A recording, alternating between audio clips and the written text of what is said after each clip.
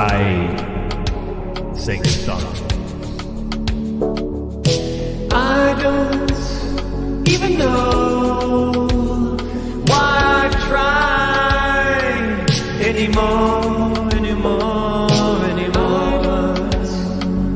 Even know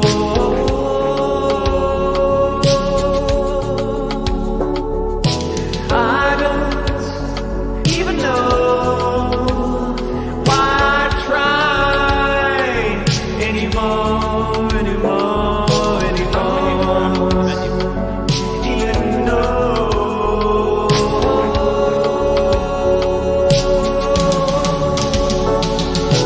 you can't replace me. I'm awake, it's time to break free. I'm levitating,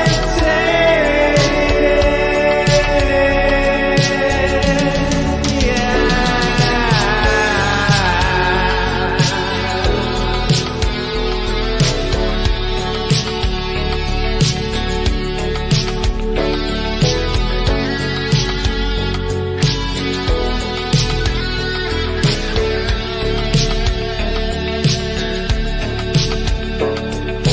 I don't even know why I try anymore. Even know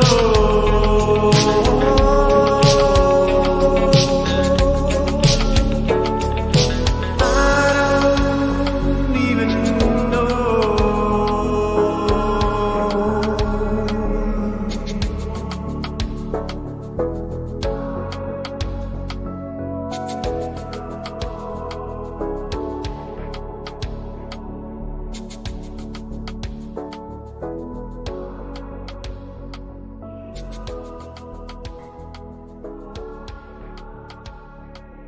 Anymore.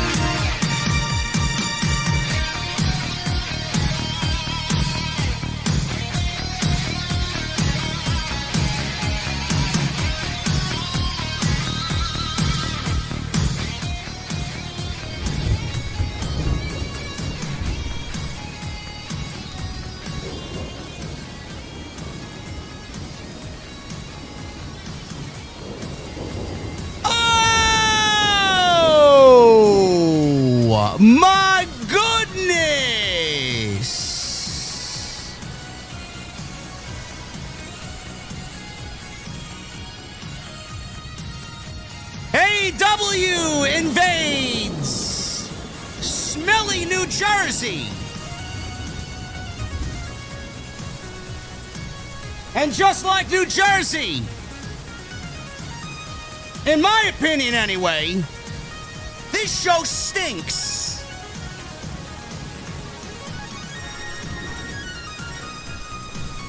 Now I know what you're saying. Oh, but JD, it was an AEW pay-per-view, JD. Yes, I'm aware, sicko. But what exactly were you given that was new, that was creative, that was fresh, that was engaging, intriguing? The answer is zero. There was more blood and blood and blood and blood and violence and gore and thumbtacks and tables and kendo sticks and steel chairs. It's gotten to a point where Tony Khan's bloodthirst for his active roster is getting quite scary. Ladies and gentlemen, we're going to the venue. We're open after hours tonight because these shows are intentionally getting longer. And when I get to the venue and walk into my mother's basement, I want to know on this Sunday morning, what the fuck are you guys drinking?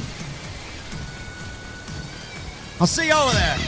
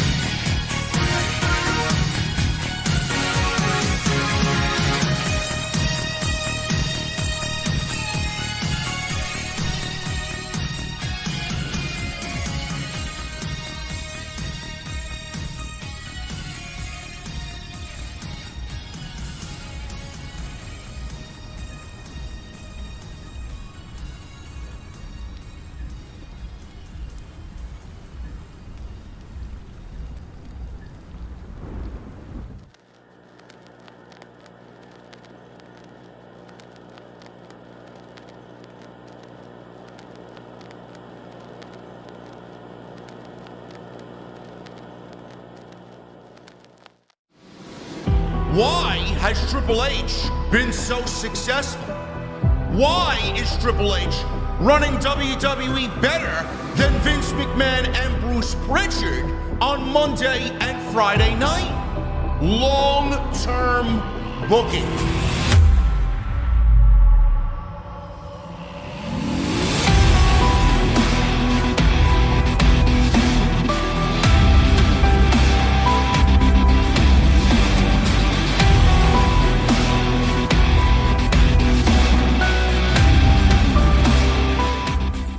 What is going on, guys? Thank you so very much for joining me right here on Off the Script. This is your AEW Full Gear 2025 post show for November 23rd, 2025. I'm your host, JD from New York. As always, coming to you live from the OTS venue inside my mother's basement. Thank you guys so very much for joining me on this Sunday morning.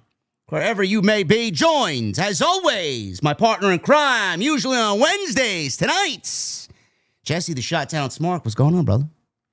What up, though, bruh? How you feeling, man? Man, I'm wired, bruh. I'm good to go. I'm good to last for the entire evening, but I cannot speak to how I'll feel 30 minutes from now. See, this is why I have injected myself with 4 shots of espresso. And I had a coffee earlier this afternoon as well. So that's a lot of caffeine flowing through my bloodstream right now. And usually caffeine lasts 6 to 8 hours after consumption, bro. I'll be up until 5 o'clock in the morning. That's what I mean. I hate drinking caffeine in the afternoon or evening. I refrain from it. So I'm just on pure adrenaline at this point, man. Well, I'm immune to it, just like I'm immune to this show, man, because we got a lot of what I didn't like on tonight's show, but we're going to get into that in just a little bit. It's Full Gear 2025, Newark, New Jersey. Not a sellout crowd. They came just a eyelash hair short of a sellout. 10,300 in the Prudential Center tonight in Newark, New Jersey. AEW Full Gear 2025. You know, I was going back and forth with Jesse in the sound check here, and there should be some captivating discussion tonight. But I will say, I just want to say this before we kind of pass the ball to Jesse, which he usually gets things started for us here on the AEW streams. It was better than WrestleDream was Full Gear. I thought this was a better show than WrestleDream. I thought WrestleDream was actually, quite honestly, void of any feeling or any emotion, or it didn't have that oomph. It was just a AEW pay-per-view that was slapped together with the premise of Jon Moxley and Darby Allin in that fish tank debacle that we got, and an Adam Page and Samoa Joe match that really came about for the most ridiculous of reasons. There wasn't really a lot of story coming even into this show, and we very well documented, Jesse, that a lot of this show was basically a rehash of WrestleDream. And that's been the common theme with these last few AEW pay-per-views. It feels definitely more like half pay-per-view and then almost a half Super Collision Dynamite. Like most of these matches should be taking place on a Saturday night.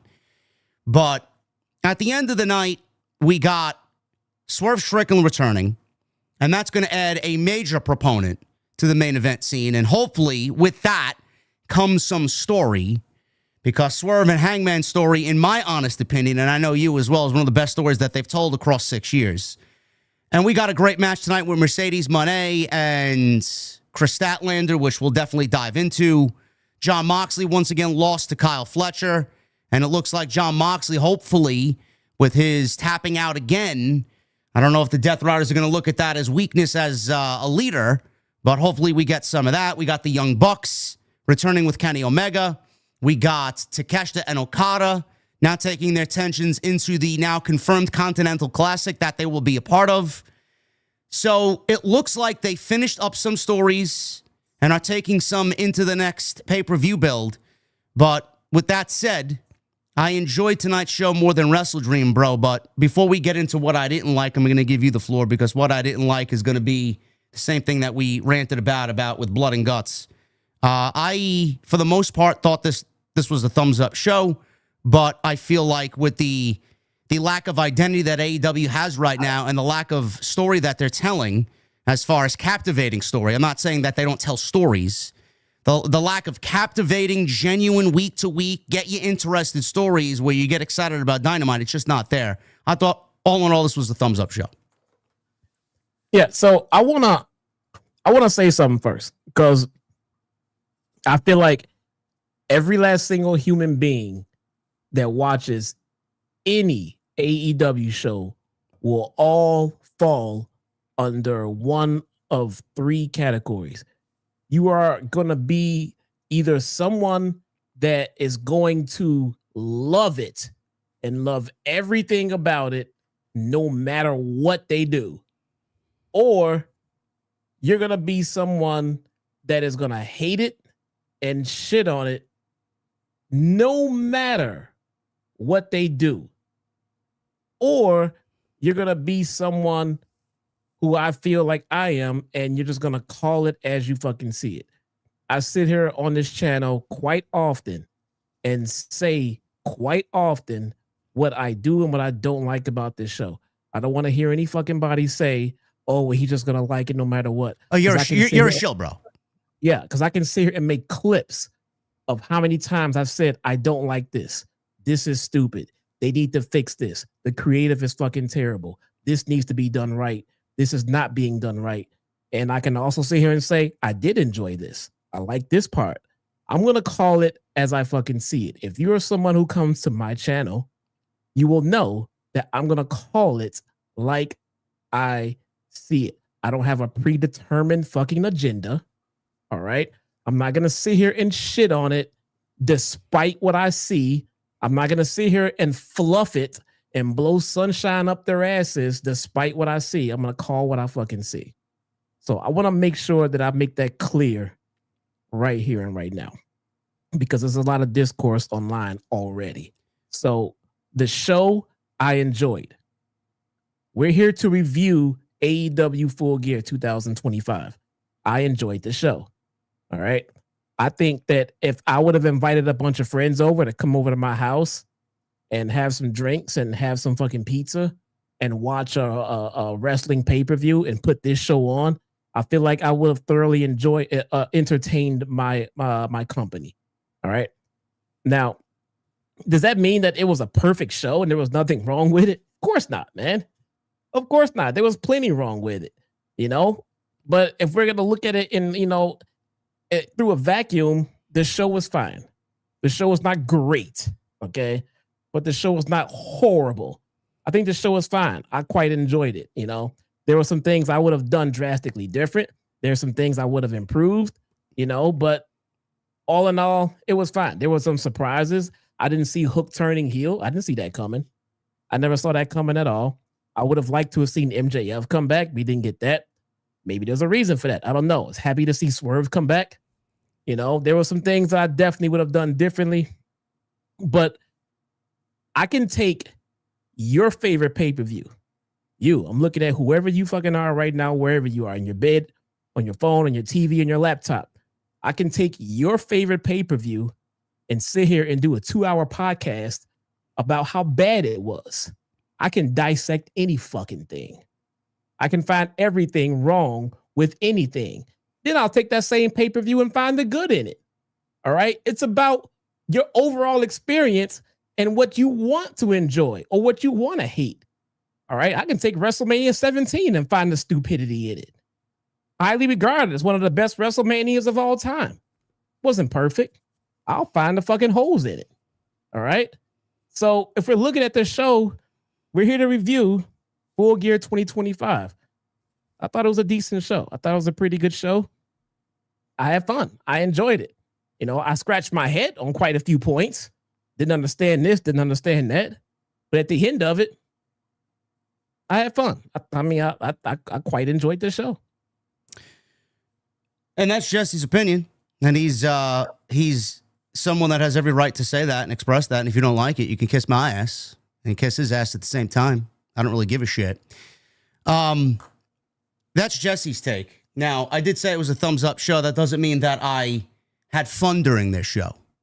Okay? AEW pay-per-view, on more times than I can count, we've praised. Okay? There's definitely over 6 years more shows that Jesse and I gave thumbs up to than thumbs down. It's a rarity when an AEW pay-per-view gets a thumbs down. Okay? Yes. That's number one. Number two, Jesse says he has fun. And he has every right to have fun in whichever way he wants to have fun. Me, I'm a content creator. I take what I do seriously. Not saying that Jesse doesn't take what he does seriously. He takes what he does here very seriously every single week. But me, you know, I want to have fun, but at the same time, I have to be analytical. I have to be critical. I have to have the microscope turned on at full blast, and I have to look at this show not only through a fan's eyes, but from what I've done over the last 7-8 years as a content creator. I have to go and be that scientist that goes into the lab and studies these fucking shows and takes my notes and watches everything that happens and dissect what I don't like and what I do like. Now, I gave it a thumbs up because it's an AEW pay-per-view. The thumbs down are obvious. The shows are too fucking long. I'm going to say it every single time we sit here. These shows are intentionally getting longer, and Tony wants to go on Ariel Helwani's show and say that he listens to the criticisms. Tony Khan does not listen to the criticisms. And I don't want to raise my voice early on, but he does not listen to the criticisms. Otherwise, one of two things would have happened already. One, the shows would have been shortened so it doesn't feel like a fucking glorified collision on a Saturday night on pay-per-view where I have to spend $50. That's number one. Number two, the show would be moved from 8 to 7 p.m. And we get that extra hour earlier. I don't know why that's not done. WWE has no problem putting on a 7 p.m. show. But somehow, Tony Khan can't get the fucking idea that a show needs to start at 7 instead of 8 so we're not going off the air at 1 fucking a.m.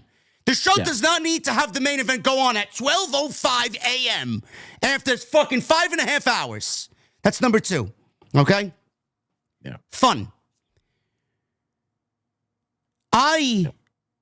I sit here and I'm very indifferent, and I spoke to Jesse about this in the pre-show, in the sound check before we went live. I am very indifferent towards this product. Okay?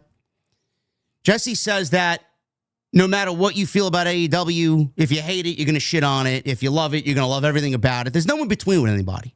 I feel like this is a good show and a good hangout every time we do this, where we give you the in-between. And I'm trying to get better at being the in-between. I'm trying to be fair. More fair than I have been. And I always have been. And I'm trying to be better at that, especially when it comes to AEW.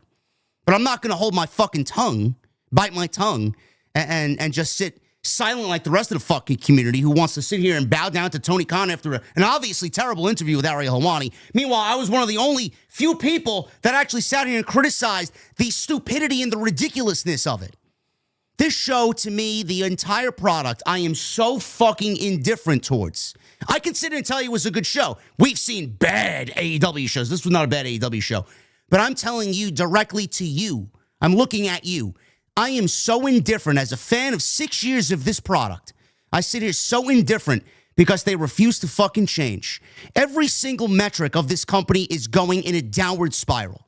So something needs to change. And what frustrates me as a fan is that they don't fucking change what is obviously broken. And Tony's going to rest on his laurels and book the show that he wants to. And he doesn't realize that the fucking problem is he's booking the show the way he wants to. And he's not booking the show like a cohesive, well-oiled wrestling company machine. Okay?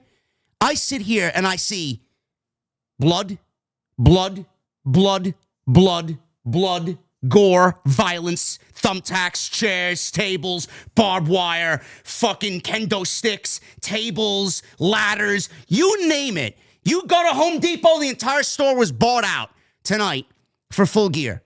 Now, again, I'm going to reiterate this for the fucking people who are thick-headed because you didn't get the context of what I was trying to say when we covered Blood and Guts a week and a half ago, to the point that I had to reiterate it not only with Jesse, but again with Solomonster on Tuesday night. I don't feel the current direction of the product is where they need to be, okay?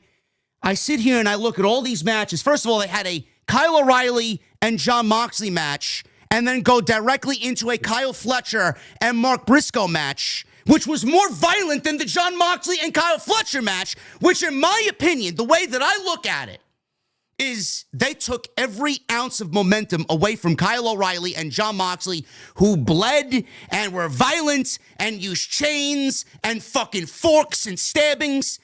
They took away from everything that match should have been. And they go right into a TNT title match where we see fucking elbow drops off the top of a ladder through tables and thumbtacks and chairs and all this other nonsense. So what exactly happened to both of these matches where they had to be placed back to back? You couldn't separate them? You couldn't save one for one other show and just do one that was more important on this show, which in my opinion was the Kyle Fletcher and Mark Briscoe match for the TNT Championship, back-to-back matches. So how do you sit there as a fan knowing which is more important? And then we get that blood. And then we get, who else was bleeding after that? We go, I'm sure there was another match where Josh Alexander was bleeding, and then Mercedes was slightly bleeding. Everybody was bleeding. And bro, by the time we got to Samoa Joe, who was bleeding a river of blood from his fucking forehead, I'm looking at this match and I'm saying to myself, if we didn't get blood in 4 other matches before this, then this would have felt important. And I'm looking at Samoa Joe bleed, and I'm sitting there, and I'm giving you the same exact body language that I'm giving you right now, live in front of everybody, 2,200 people. Oh man, that's interesting. Samoa Joe's bleeding. I don't give a shit. It's a steel cage match. He's bleeding like a fucking like a river of blood, and so is Hangman. And I'm looking at this, and I'm like, every other match on this show had blood. So what makes me as a fan look at this as important? If Samoa Joe is wrestling for the quote-unquote most prestigious prize in the industry, the AEW World Championship, he's bleeding in this match. How important is Samoa Joe bleeding in this match? How impactful is Samoa Joe bleeding in this match if everybody else on the fucking show bled on a 5-hour show? And I'm not even talking about what we just saw at Blood and Guts. Everything you saw tonight happened on free television inside Blood and Guts. Every single thing you saw tonight, you saw contained within a 2-hour Dynamite, and this was spread over 5.5 hours, Jesse. They basically gave you 5.5 hours of what we saw a week and a half ago at Blood and Guts, and I'm going to sit here and tell you and everybody else, how impactful is the product if everything is being done in abundance? Like, I can't sit here and tell you that I'm excited about what I saw. I can't sit here and tell you that I'm captivated and I enjoyed it and I had fun. Bro, it's fucking mistake after mistake after mistake after mistake. I don't sit here like some fucking geek who's going to sit here and glaze a product because of my super fandom. I have to be open-eyed and open-minded about this shit. Everything you do is not impactful because you abuse the fucking shit out of it. If they tone this motherfucking shit down, then everything else would be important. Why do we need all this on the show and none of it comes off as special? I know I'm making a good point. I know I'm not the only one that feels that way. And if you take that as JD hated the fucking show, then by all means, you go and fucking spread your false narrative. I didn't hate the fucking show. I hate the fact that this company refuses to fucking look themselves in the mirror and change. Bro, I don't know what it is with Tony Khan, man. He is addicted to blood. There is no other way around it, man. He is bloodthirsty. He is a fucking carnivore. He loves to see human beings bleed for whatever reason. And I'm sick and tired of seeing it every fucking match, bro. I'm sick and tired of seeing it every single week. Bro, you look at Kyle Fletcher and Mark Briscoe. He wrestled the same fucking match on Collision with Dustin Rhodes. What's the difference? What is the difference? You can't sit there and tell me that this is great shit. Wasn't a bad match, but bro, I am so fucking immune. I am so indifferent to this type of shit that I can't sit here and tell you that I had fun. I didn't. Fun to me is story. Fun to me is sitting here, bro, and dissecting fucking story. Where's it gonna go? Which direction is it gonna go? What is this guy gonna do? What is she gonna do? What does this story mean? Like, we could sit here and dissect story for 10, 15 minutes on one singular story. There's nothing that came out of this show that you could sit here and dissect and have fun talking about, bro. It's just blood, gore, weapons, winner, title, and that's it. I don't know what else to tell you guys. Seriously. So I think everything is always about perspective. You're not wrong in everything you just said. You're not wrong at all. You know, I mean, anything, and that goes for anything, anywhere. The more you use it, the more you desensitize your audience to it, and that's anything. That's anything. That's not just blood. That's anything. That's headlocks. It's pile drivers. That's slaps in the face. That's anything. But when I say it's all about perspective, it's about how you look at it. Have you ever been in? Have you ever been into a fight, a straight up fist fight? The only time I've ever gotten into a fight was in grade school in 6th grade when someone took my fucking hat and was throwing it around the classroom and I got into a fist fight with somebody over the fucking hat. That was it. I never got into an actual fight. No. Yeah, no, 6th grade, that wasn't a fucking fight. No. So, I've been in fights, and I've been into a lot of them, and just about all of them, I think maybe one where it didn't happen, there was blood.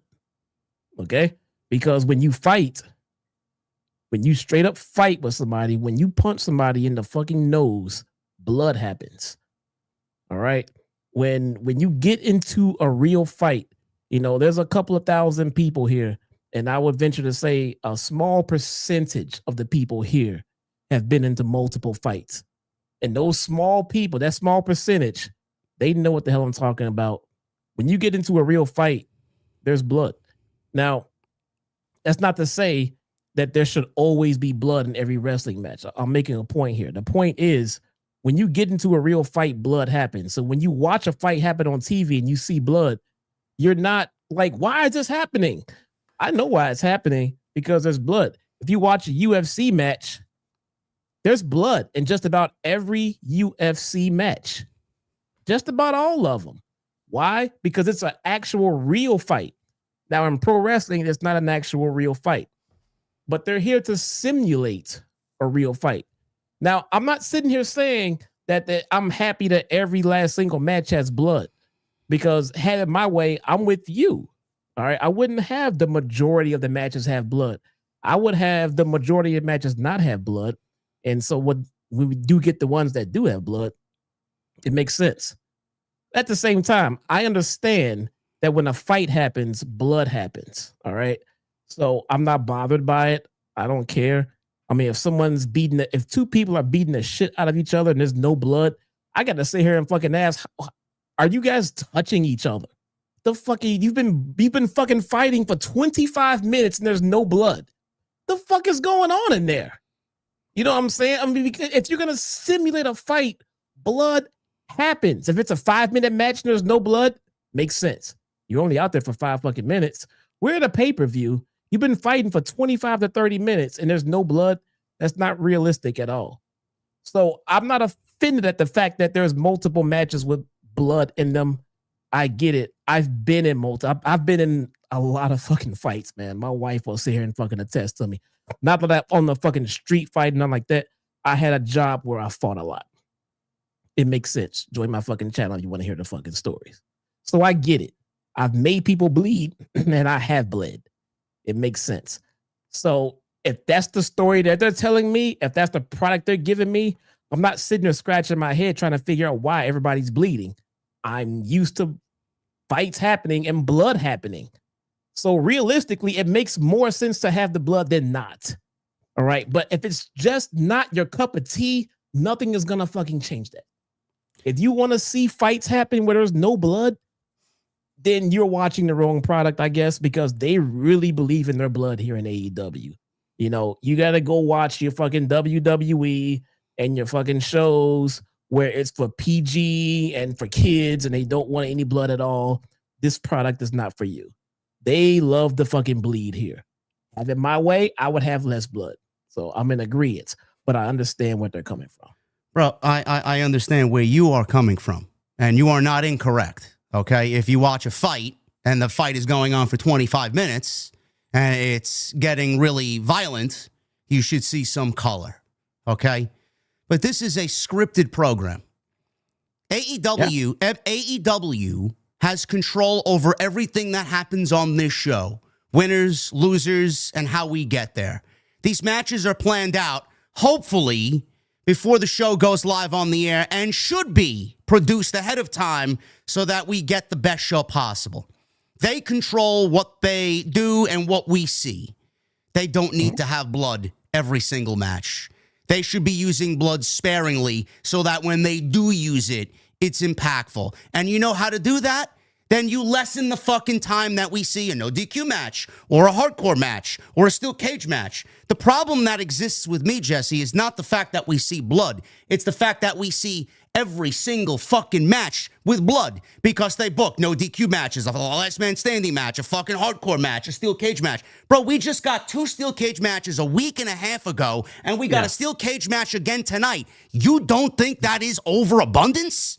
We just got John Moxley drowning Darby Allin in a fucking fish tank at the last pay-per-view. You don't think that we should go into the pay-per-view not doing that type of thing this time and maybe let a couple of pay-per-view cycles go around without doing it? That makes sense. No, that makes sense. So they book too many fucking hardcore matches and shit like that. Because if you just book a standard wrestling match, there doesn't need to be blood. There doesn't need to be blood in a regular rules, regular fucking, you know what I'm saying? There does need to be blood in a standard wrestling match. There doesn't need to be any blood. They do book an abundance of hardcore cage, no DQ, tables, chairs. They do book a lot of those matches. When you book those matches, I'm literally expecting blood at that point. But they do overly book those hardcore matches. You're right. We saw a last man standing match with Adam Page and Will Hobbs on Blood and Guts a week and a half ago, and we got the same type of match between Kyle O'Reilly and Jon Moxley tonight. We got the same match with Kyle Fletcher and Mark Briscoe tonight. It's like, bro, how many weeks in a row do we need to see the same thing? And this is what bothers me as a fan and bothers me as I see Tony Khan run this fucking company into the ground. He's making a mistake. It is actively driving people away. It's actively driving the ratings down. It's driving the demos down. And it's coming to a point where AEW is going to be in a bad position when they have to renegotiate a TV deal, because with the ratings that we're getting, they're not going to get the same amount of money that they got this time around.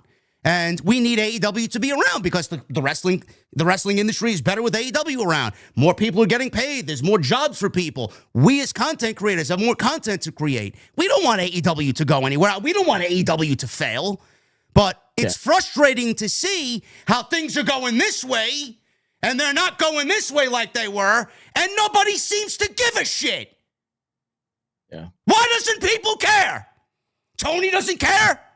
Tony doesn't care, so the fucking fan base isn't going to care. And Tony's going to say everything's great, and they're going to reiterate it like a bunch of puppets. It's not great. And we're calling out a severe problem here. This is a big, big, big problem, and nobody wants to address it. Oh, that's fun. Not saying Jesse can have fun. I see some other people on fucking YouTube and on Twitter say the same thing. Oh, I had fun. That was a great match. Bro, shut up and be critical of the fucking product. And the product that we're getting. You can sit there and say it was fun, but I could also sit here and tell you, I don't give a shit about a fucking single thing that they present to me, because they give us the same thing over and over and over and over and over again with any sign of change. Like, we want story. Not to say that there isn't story. There is story, but the stories aren't great. We need story. Why can't you sit down and write a story that takes us from one week to the next week to the next week to the next week, which results in a match with emotion and feeling and story? AEW resorts to using blood because they don't know how to do what they need to do, which is tell stories. So they go right for the blood and the violence and the gore. Their identity is that. Without AEW and blood, they have nothing. What else is there for them to do? They don't know how to do anything else. That's the problem. Well, there's a problem for sure. You know, there's definitely a problem with creative. There's definitely a problem with not enough storytelling. I don't think that the product is doing as poorly as it is doing because there's too much blood. X Wrestling in the chat. There's no stories on SmackDown either. I don't know if you're new here, bro, but have you listened to anything I've said on fucking Friday nights? We all know that there's no story on Friday Night SmackDown, which right now is one of the worst shows on television. So don't come into my fucking chat and tell me something that you clearly didn't listen to me say. Yeah, there's no stories there either. No, the product is not good. The product is suffering. I don't think the product is suffering because there's too much blood. That's not the problem. They can have the same amount of blood they're having now and more. You can add more. I don't give a shit. If the story was there and the interest was there, people will show up and love it, and they'll watch it and they'll tune in. The ratings will be up. Ticket sales will be there. Everything will be great if the story was there, because you need story and you need wrestling. The wrestling is already there. The wrestlers are fucking great. You need story to go with it. The story is not there, but they're not failing because there's too much blood. They're not failing because there's too much gore and too much. That's not the problem. The problem is there's no fucking story. That is the problem. And so for people who sit there and say, well, you glaze everything. No, the product is suffering. He's 100% right. The product is terrible right now because of creative or the lack thereof. They need to fix the problem in creative. Problem is not too much blood, though. I mean, if it's not for you, I get that, but that's not why the product is suffering. The product is suffering because the creative is horrendous right now in AEW. So that's where we're coming from on both sides of the spectrum, okay? You can have fun. Jesse can have fun. Everybody who watches the show can have fun.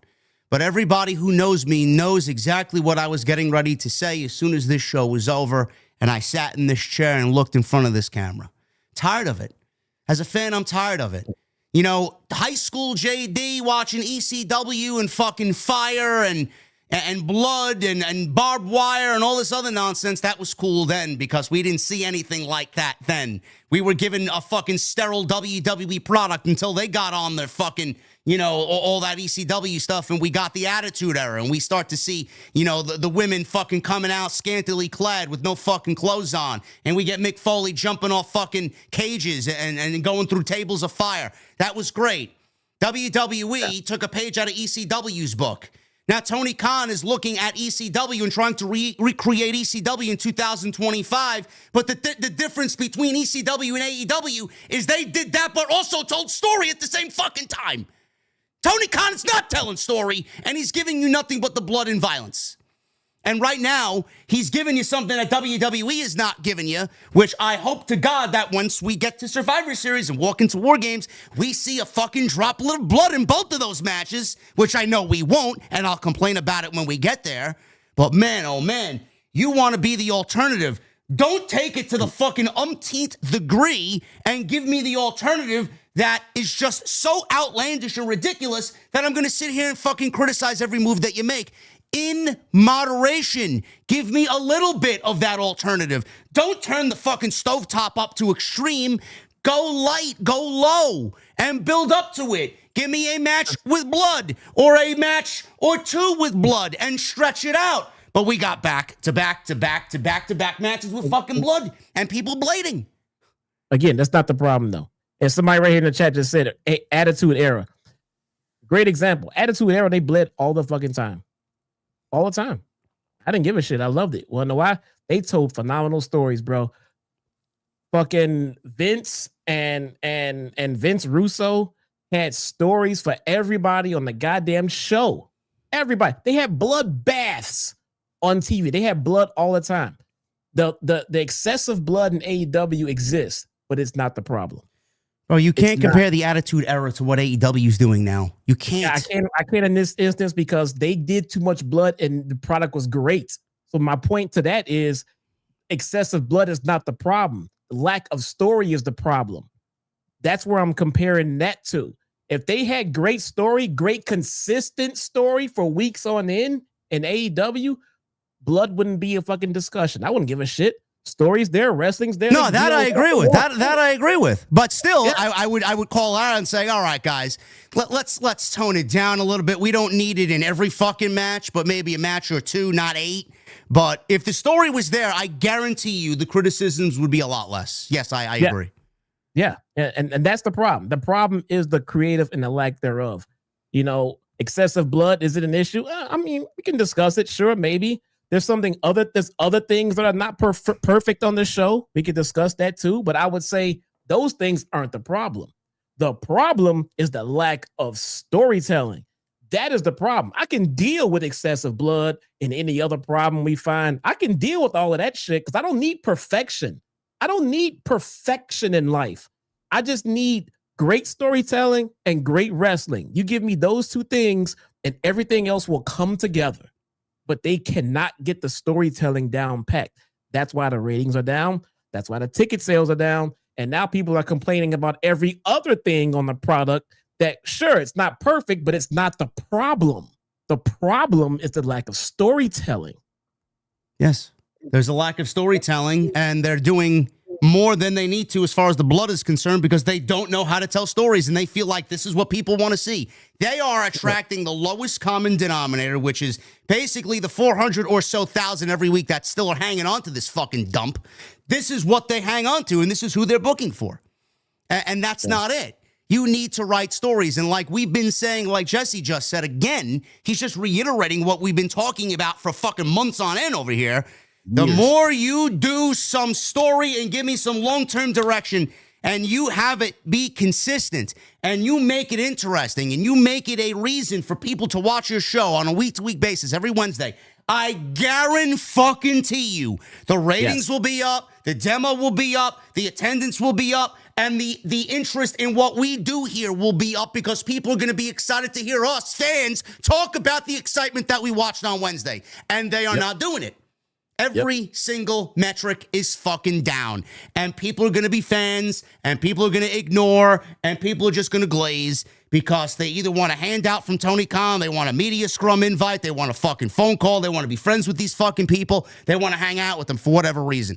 This is why you don't get any genuine criticism from anybody else in the community. Everybody else has an agenda. Everybody. Not here. This is what you need to hear. The story fucking sucks. It's basically non-existent. And if there is story, it's not good. They need to start telling some bloodline Sami Zayn honorary use fucking story that gets you excited, that takes up a half an hour of their fucking TV every single week, that gets us into a point where we are dissecting which ways they're going to go. The characters that are there are fleshed out, and people want to see these people and pay money to see them every single week. Right now, they have absolutely none of that. None of it. Yep. We're not the problem either. Jesse and I are not the problem. No. This is common criticism. When you can open a show for 20, 30 minutes in the ring with a microphone with two guys talking back and forth and another guy that just talking for 20, 30 minutes and nobody's complaining, you're keeping your audience engaged. You probably have a great storyline going on. That's probably why right there. Because otherwise everybody's looking at, why is this still happening? My God, this is fucking draining me. My God, this is stupid. Now, well, if you're saying that, then the story is not good. You need to get better fucking story. Now look, there will always be detractors. There will always be critics. So if the storyline has been pristine and the wrestling has been pristine and there's a bunch of gore or there's a bunch of something else, would there be critics? Yes. I'm not going to sit here and tell you that people won't criticize. Yes, they'll fucking criticize. But I promise you, I will sit here and say, yeah, okay, that's probably excessive. But look, man, the stories are fucking great. The wrestling is great. So, I mean, if that's the trade-off, if I got to deal with excessive blood or I got to deal with excessive this or that or whatever the fuck it is you're complaining about, I'll take that because the storytelling is great and the wrestling is great. All right. In the perfect world, everything will be perfect. All right. Sure. It would be. But if the storytelling is great and the wrestling is great, bro, I will fall in line with every fucking thing else that you're doing. I don't give a shit anymore. That's all I want is great stories and great wrestling. Yeah. That's the premise. That's the premise of this show here. I mean, you can have fun with it. You could have enjoyed it for whatever reason. But me, I'm gonna look deeper into that bag and just give it to you how you need. I can't sit here and praise the show like everybody else is probably already doing and planning to do for the next 48 to 72 hours. I can't do it. You're going to say this. You're going to hear the same thing here that you're going to hear me say on Tuesday when I'm with Jason for another 3 hours. I can't take it anymore. It is the same shit every single week. And we're going to go over this show. We're going to try and get you out of here in a very timely manner because I know it's late, and I thank you guys for joining us. We got 2,400 people. I would be a little concerned if we have 24 people in here. 2,400 people in here. So thank you guys very much for that. What happened? Get that bomb in the chat.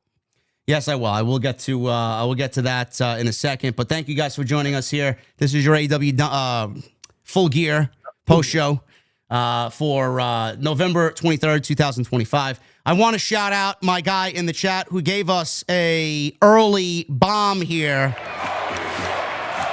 $100 super chat from my guy FN Raw Flash 2064. He says, A, Blood and Guts happened less than 2 weeks ago. How many matches on this show had people bleed? There is zero moderation. B, I'm happy Swerve is back, but I'm going to start operating under the assumption that any injury angle they do will have zero future story involved. It's a very good comment.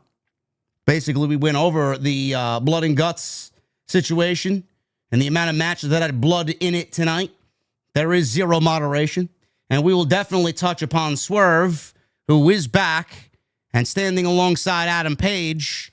And it looks like Eddie Kingston may be involved. And it looks like there may be some story going into World's End between Swerve and Samoa Joe, who Swerve took the championship off of Samoa Joe at Dynasty when he won it last year. So we will definitely go over that. amongst everything else on this night. It's Full Gear 2025, your official post show right here on Off the Script. Make sure you guys get those super chats in. It is late, and it's the best way to show your appreciation for what we are doing here tonight. There's nobody covering the show the way that we are at this hour, and I can't wait for the fucking detractors who sit there on social media claiming that we watched a 5.5-hour show and sat here for another 3 and covered it when we don't like the product, which is painfully untrue. Give me a break. Yeah. Really? Only thing is, Jesse had almost 300 people in his live stream tonight, and we're going to absolutely be the #1 live stream tonight, and everybody's going to be tuning into this fucking thing tonight, even at 3 a.m. in the morning, so I think everybody that spews that bullshit can shut the fuck up. 3:30 beat Cultaholic second month in a row. There you go. And nobody enjoys Cultaholic because they are pro one side and negative the other. 100%. See, when you're more like down the middle like Jesse is, then you'll get fucking people. And Jesse, a channel like his, is already beating out the Brits. So there you go. Yeah. We're going to get into this. Follow us on social media at JD from NY206, Twitter, Instagram, TikTok, and Cameo. Hit that subscribe button down below. Turn on the bell for notifications. Follow Jesse on Twitter at ChyTownSmark. And then go follow his YouTube. I linked his channel down below in the description. So please go and hit that subscribe button over there. And Twitch. And Twitch. He'll be gaming next week as well. Fortnite, Call of Duty, Zombies. Yes. Maybe Arc Raiders if he wants to spend the $40 on the game. I'll get it soon. I'll get it. All right. Twitch is in the chat. I just put the link in the chat. So go and follow Jesse where you can. I am sorry for no Twitter stream tonight. I know we usually multi-stream and simulcast.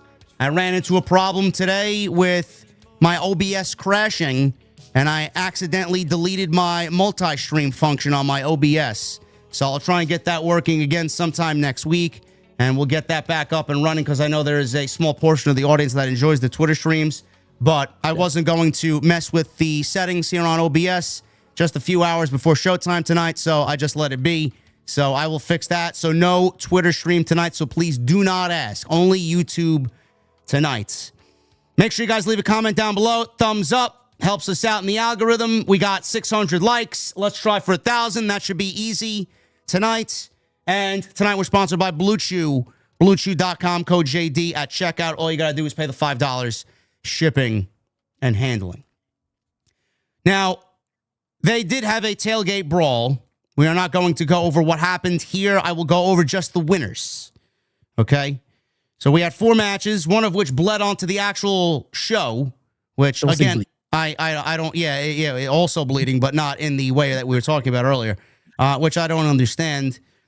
We had Max Caster and Anthony Bowens versus the Bang Bang Gang, Juice Robinson and Austin Gunn versus Big Bill and Brian Keith versus the Outrunners. This was a 4-way tag team match for $200,000 in fictional money. And we got the Bang Bang Gang winning, Jesse, the $200,000. And Juice Robinson was so happy he started fucking the bag of money live in the ring. What? He started humping the bag of money. Do you know what he humps at night? It is not a bag of money. It is a lot better than a bag of money. A lot better. Yeah. Did you see his beard? You see what I mean by his 50%? Yes, but why does he look like creator wrestler C in WWE 2K25? What is he wearing, bro? What is that? I don't know what his outfit looked like, but I didn't realize, until before his injury, when he came back, how important that beard was to his whole persona and his whole gimmick, man. He is. He the beard is him. Yes, it is all him. That was everything about him. He had the weird ass oval glasses and that big ass hanging beard. And it should be back to full form by now, but he's been trimming it, man. I know he's been fucking trimming it because it should be back by now. Let it go, Juice. Just let it go. Boom and Doom. Big Boom AJ and QT Marshall with Big Justice, Aaron Solo, and the Rizzler. Oh, my God. Versus Roppongi Vice, Trent Beretta, Rocky Romero with Don Callis on commentary. Paul White was on commentary as well. Big show. And we got Boom and Doom beating Roppongi Vice here. We got Big Justice in there delivering a cutter to Trent Beretta.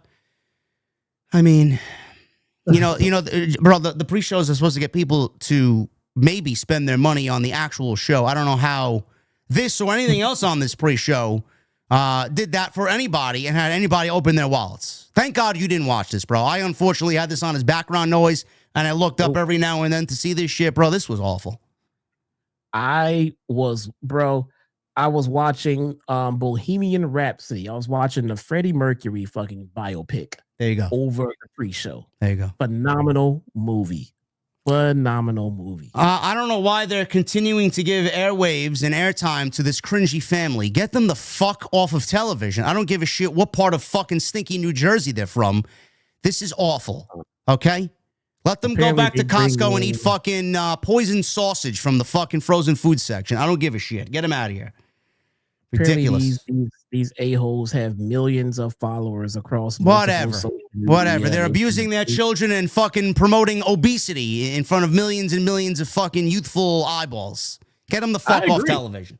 100%. I agree. They are taking advantage monetarily of their kids. Yes. Instead of promoting fucking healthy fucking living, they're promoting eating a bunch of fucking chocolate chip cookies. Ridiculous. Awful, awful, awful. Eddie Kingston and Hook versus the Work Horsemen, J.D. Drake and Anthony Henry. Why this was on the pre-show, I don't know, bro. This isn't even set for fucking AEW Dark, bro. And AEW Dark is not even around anymore. Like, what do we do? They could have taken that off the pre-show and put Moxley and O'Reilly on the pre-show. Yeah. To be honest. Yeah.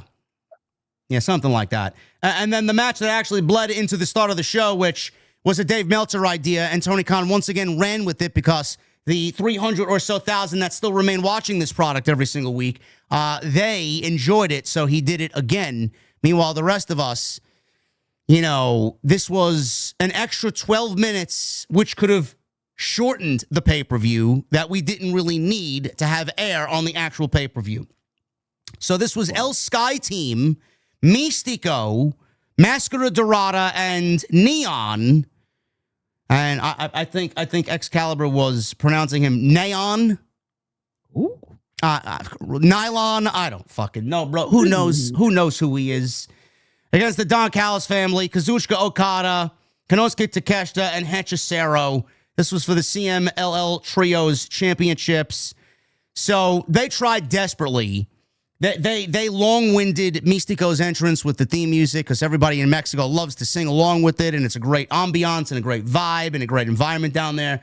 New Jersey could not be bothered to give a single shit about Mystico, and they tried so desperately to get fans to sing along, and he's out there trying to get people into it. Nobody knows. Nobody knows the words. Nobody knows who this guy is. Nobody gives a fuck who he is or what the song is about. Nobody knows the lyrics. Yet they're still trying and trying and trying, bro. And look, I'm trying to be fucking fair and be cool here. The song might be a hit. Excuse me. The song might be a hit to whoever it is that likes the song, and that's fine. But let me tell you something about the song. It is not great for a wrestler's entrance, okay? The song might be a banger for whoever likes the song. Bro, your favorite song, whatever that song is, it might not be great for a wrestler's entrance, which means it's going to suck to the wrestling fans who are watching it. Sometimes a song might suck, but it might be a banger for a particular wrestler because it might fit his theme or whatever. But that song, it may be great. I don't know. I don't like it. But even if it is great, it is not fitting for a pro wrestler's entrance. They need to quit with that bullshit. So the pay-per-view actually started with this match, and we got pyro going off and everybody wrestling in the ring again like a bunch of fucking circus clowns. But at the start of the show with the pyro going off, Okada wasn't even in the match yet. So it was just Takeshita and Hechicero against all three of these luchadors. And then Okada, he is casually late, pulls up in a very fancy sports car. He gets out. He absolutely has no rush to the ring. He's taking his sweet-ass time getting there. Takeshita sees this on the big screen. He's just patiently waiting and watching for him to get into this match. And this is for the CMLL Trios Championships. So he's not really giving a shit because he doesn't want to team with Takeshita because he's got this kind of animosity towards Takeshita for some reason. So he finally gets out there, and they are already at each other's throats. Hechicero tried to play, in between here in Peacemaker. Okada offered a handshake, but he flipped off Takeshita instead. So obviously there was some miscommunications and some tensions there between Takeshita and Okada. But at the end of this thing, we got Mystico and Hechicero left in the ring. Tiger feint kick connected La Magistral for a 2. Hechicero responded with a big pump corner knee. Went for a power bomb, but Mystico countered into a Poison Rana and a quick La Mystica for the submission as Okada and Takeshita were held off at ringside. Callis tried to calm both of them down in the aisleway and left with Okada as Takeshita was left by himself, visibly pissed off. So Okada and Takeshita again at each other's throats. And El Sky team of Mystico, Neon, and Mascara Dorada retain the CMLL Trios Championships. What'd you think of this, bro? Ooh, I didn't watch it. I watched Bohemian Rhapsody, bro. You didn't watch the actual start of the show at 8 p.m.? No. Wait, that was the one that bled in? This was the match that bled onto the actual show. This was the first official match of the show. I didn't even pay attention to it. Oh, good. You didn't miss anything. I was talking with my chat. I saw Okada pull up in the McLaren. I thought, why is he riding around in his wrestling gear in the McLaren? But whatever. I would love to see him get pulled over by a cop, and this guy's like in his fucking underwear in a goddamn McLaren, but whatever. But no, I paid zero fucking attention to this show until it got done and they started the actual pay-per-view. Tony thinks this gimmick works, so he's going to abuse this one now before it starts to get really fucking old. And this was 12 minutes that A, we can't get back, and B, 12 minutes that could have shortened this pay-per-view, so we would have went off the air maybe closer to 12 o'clock. Two things. One, no one is going to start watching this match while it was free and then decide to buy the pay-per-view just to see the ending of this match. No.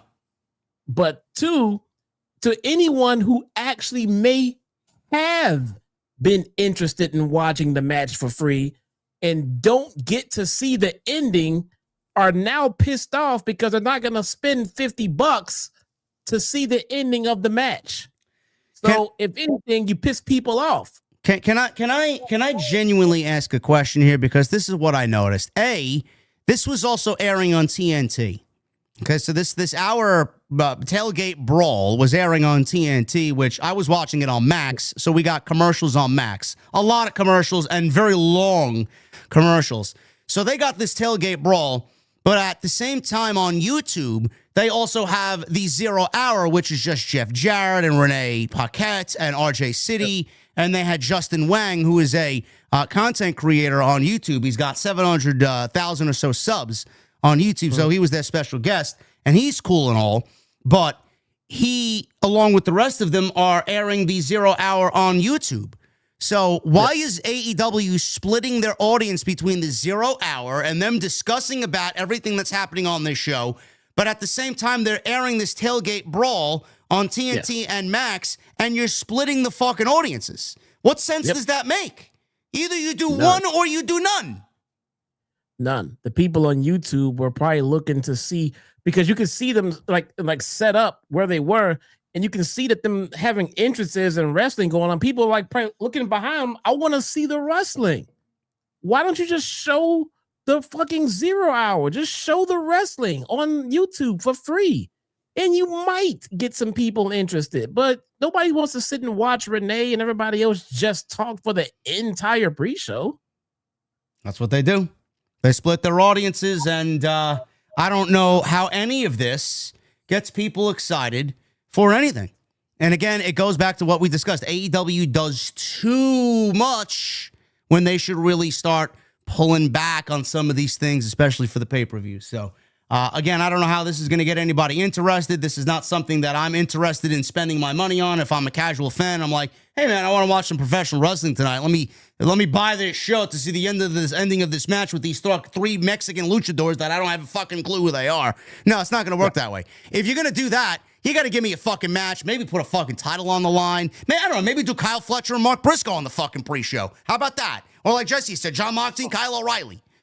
Yeah. Something. Something of interest. If you got people watching for free on YouTube, maybe they do watch the free show on TBS during the week. Maybe they watch Wednesday Night Dynamite. Maybe they are familiar with the match and they get a title match on the pre-show. And then they're like, hey, you know what? I enjoyed this. I'm having fun. Fuck it. I'll go ahead and get it, you know?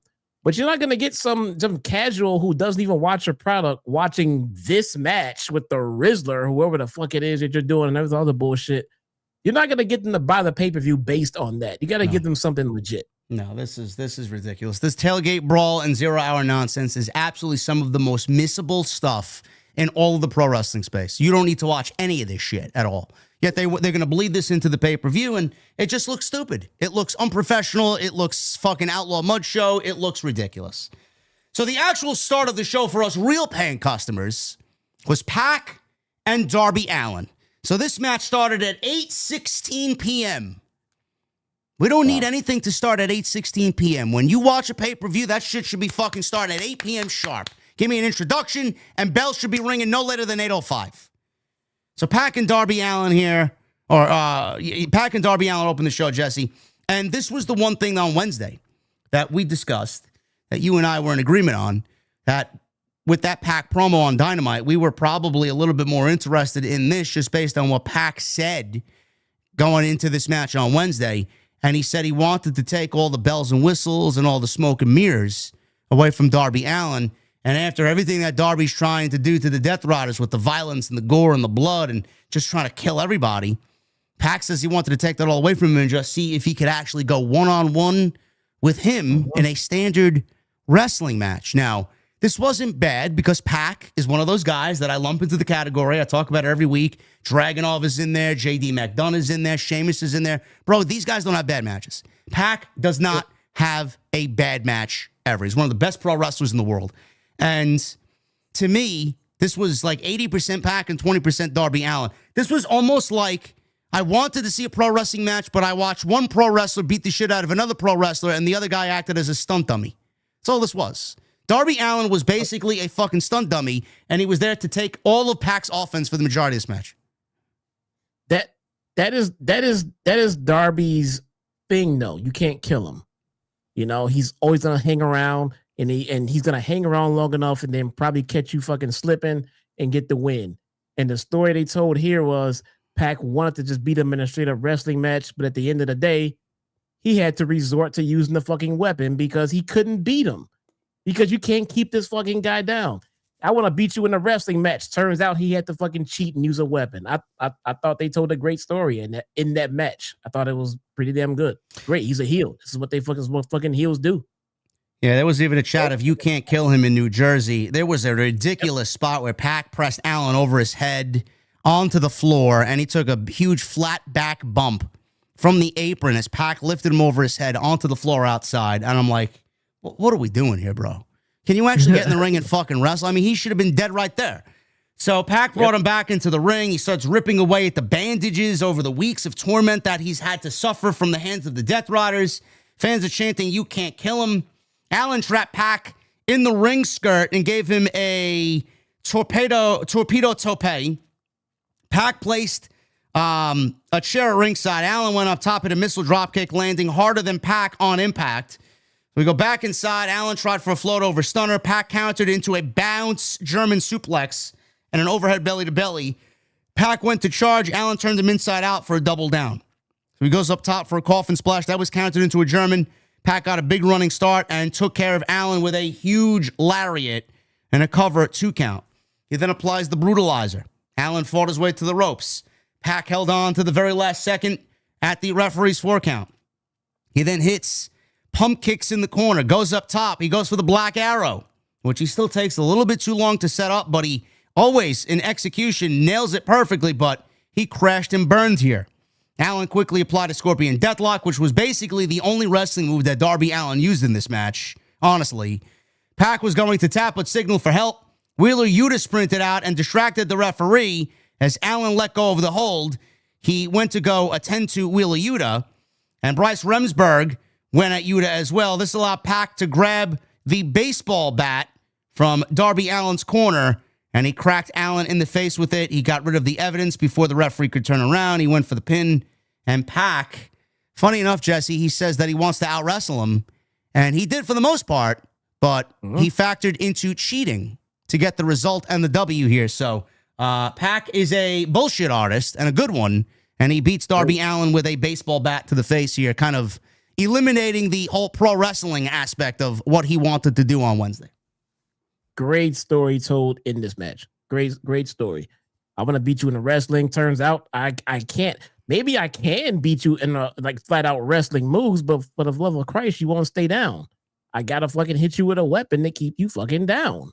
Jesus Christ, man. So I love that story. I love the ending and everything that they said about it. I think the promo with Pac and why he wanted this match and how he wanted this match to go down, and that ending was very well told. I will give them credit for that. I think Pac sold this match and he executed it with Darby to perfection. I'll give them hats off to that one. That was pretty damn good. Yeah, this wasn't bad. And like I said, Pac doesn't have bad matches. So anytime he wrestles, good stuff. This next match, I don't know why this wasn't one of the pre-show matches. And I don't know, if not there, why this wasn't saved for...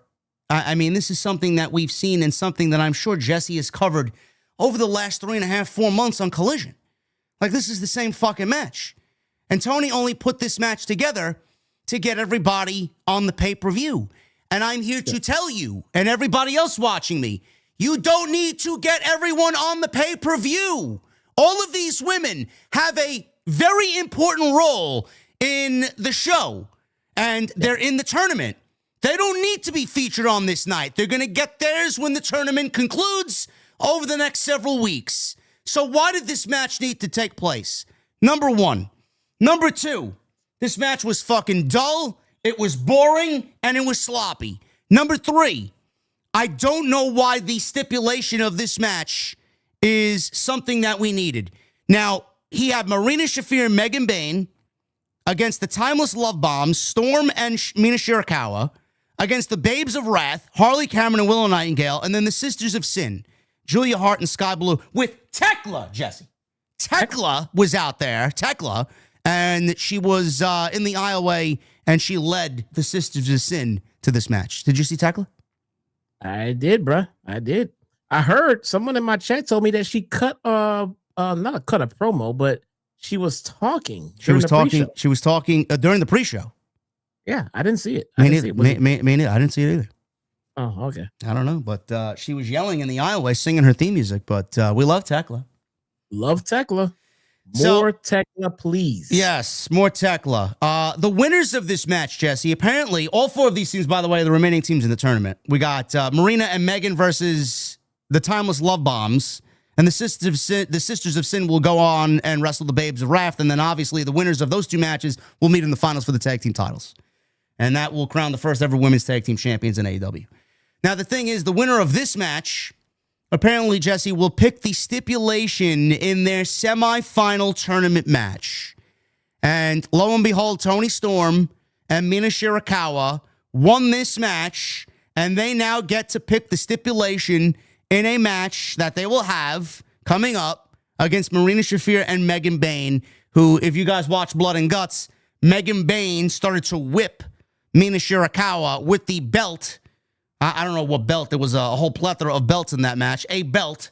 And Tony Storm was being held captive, and she had to watch Mina being beaten to death in the Blood and Guts match and was forced to give up the match for her team, making the heels victorious in that Blood and Guts. So now they pick the stipulation. And I have to ask, for anybody watching me, isn't the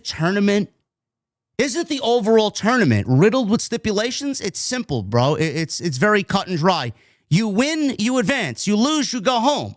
That's the only stipulation we need. Why do we need to make one of these tournament matches, no DQ, hardcore, whatever fucking stipulation they're going to come up with? Why do we need to even make the tournament matches, which is win, go home, win, advance, lose, go home?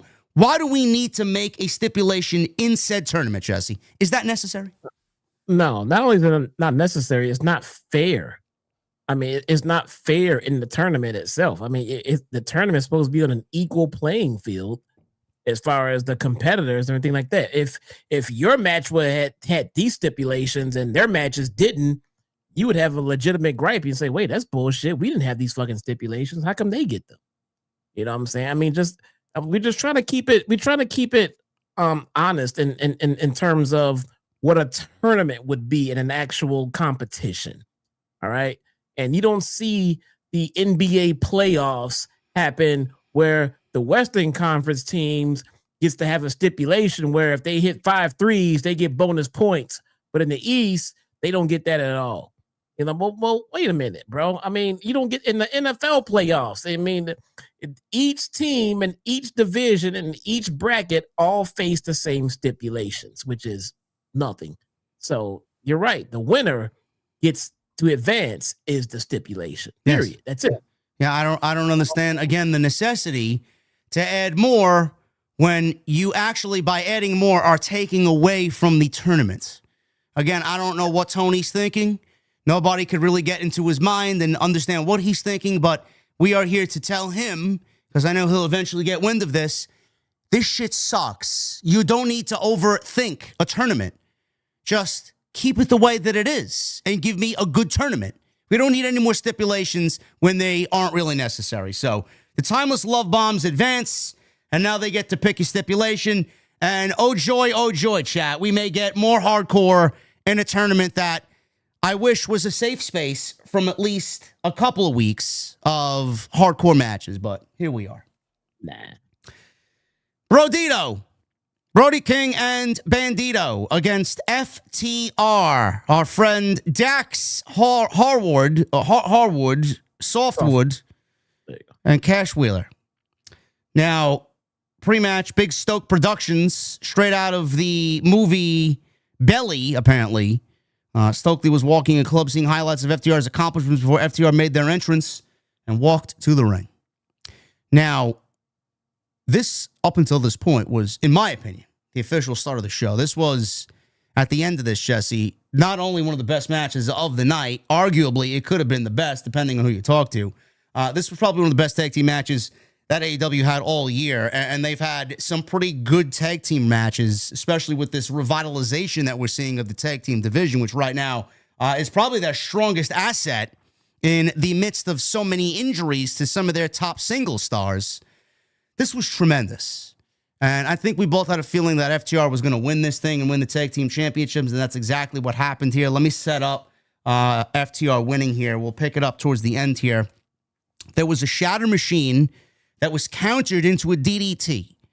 But Cash saved his partner from a 21-plex, only to then take the move himself. Bandito got to his feet, spun around into a shatter machine. Brody King broke up the count at the very last second to save the titles. Wheeler was then placed against the barricade, but Brody King missed his crossbody. Wheeler took one of the title belts and had a tug-of-war with Brody with it as Bandito rolled up Harwood, with Wheeler smacking Bandito with the belt, unaware of referee Paul Turner. Harwood got a roll-up, Bandito kicked out, while Wheeler was smushed with a barricade crossbody by Brody. Back inside, Harwood took a shatter machine by Brodido, but kicked out. Wheeler put a stop to the monkey flip 450 by crotching Bandito. Now, the monkey flip 450 was the same exact way that Brodido originally won the tag team titles. And they tried that here by crotching Wheeler crotched Brodido, Bandito specifically, and wiping out King with a wild dive. And you know Cash Wheeler's dives are like fucking him shooting out of a cannon. He almost lands in the front row every time. Doomsday Device attempt was countered with Bandito using the momentum into a backflip crossbody for 2. FTR fought with Brody on the apron where they hit him with a spike pile driver on the edge of the ring, which theoretically took him out of the rest of the match. Bandito tried a handspring but was flattened for a 2. FTR quickly followed with a spike pile driver on Bandito, but Bandito kicked out. Crowd is really into this. They're on their feet. Everyone's losing their minds.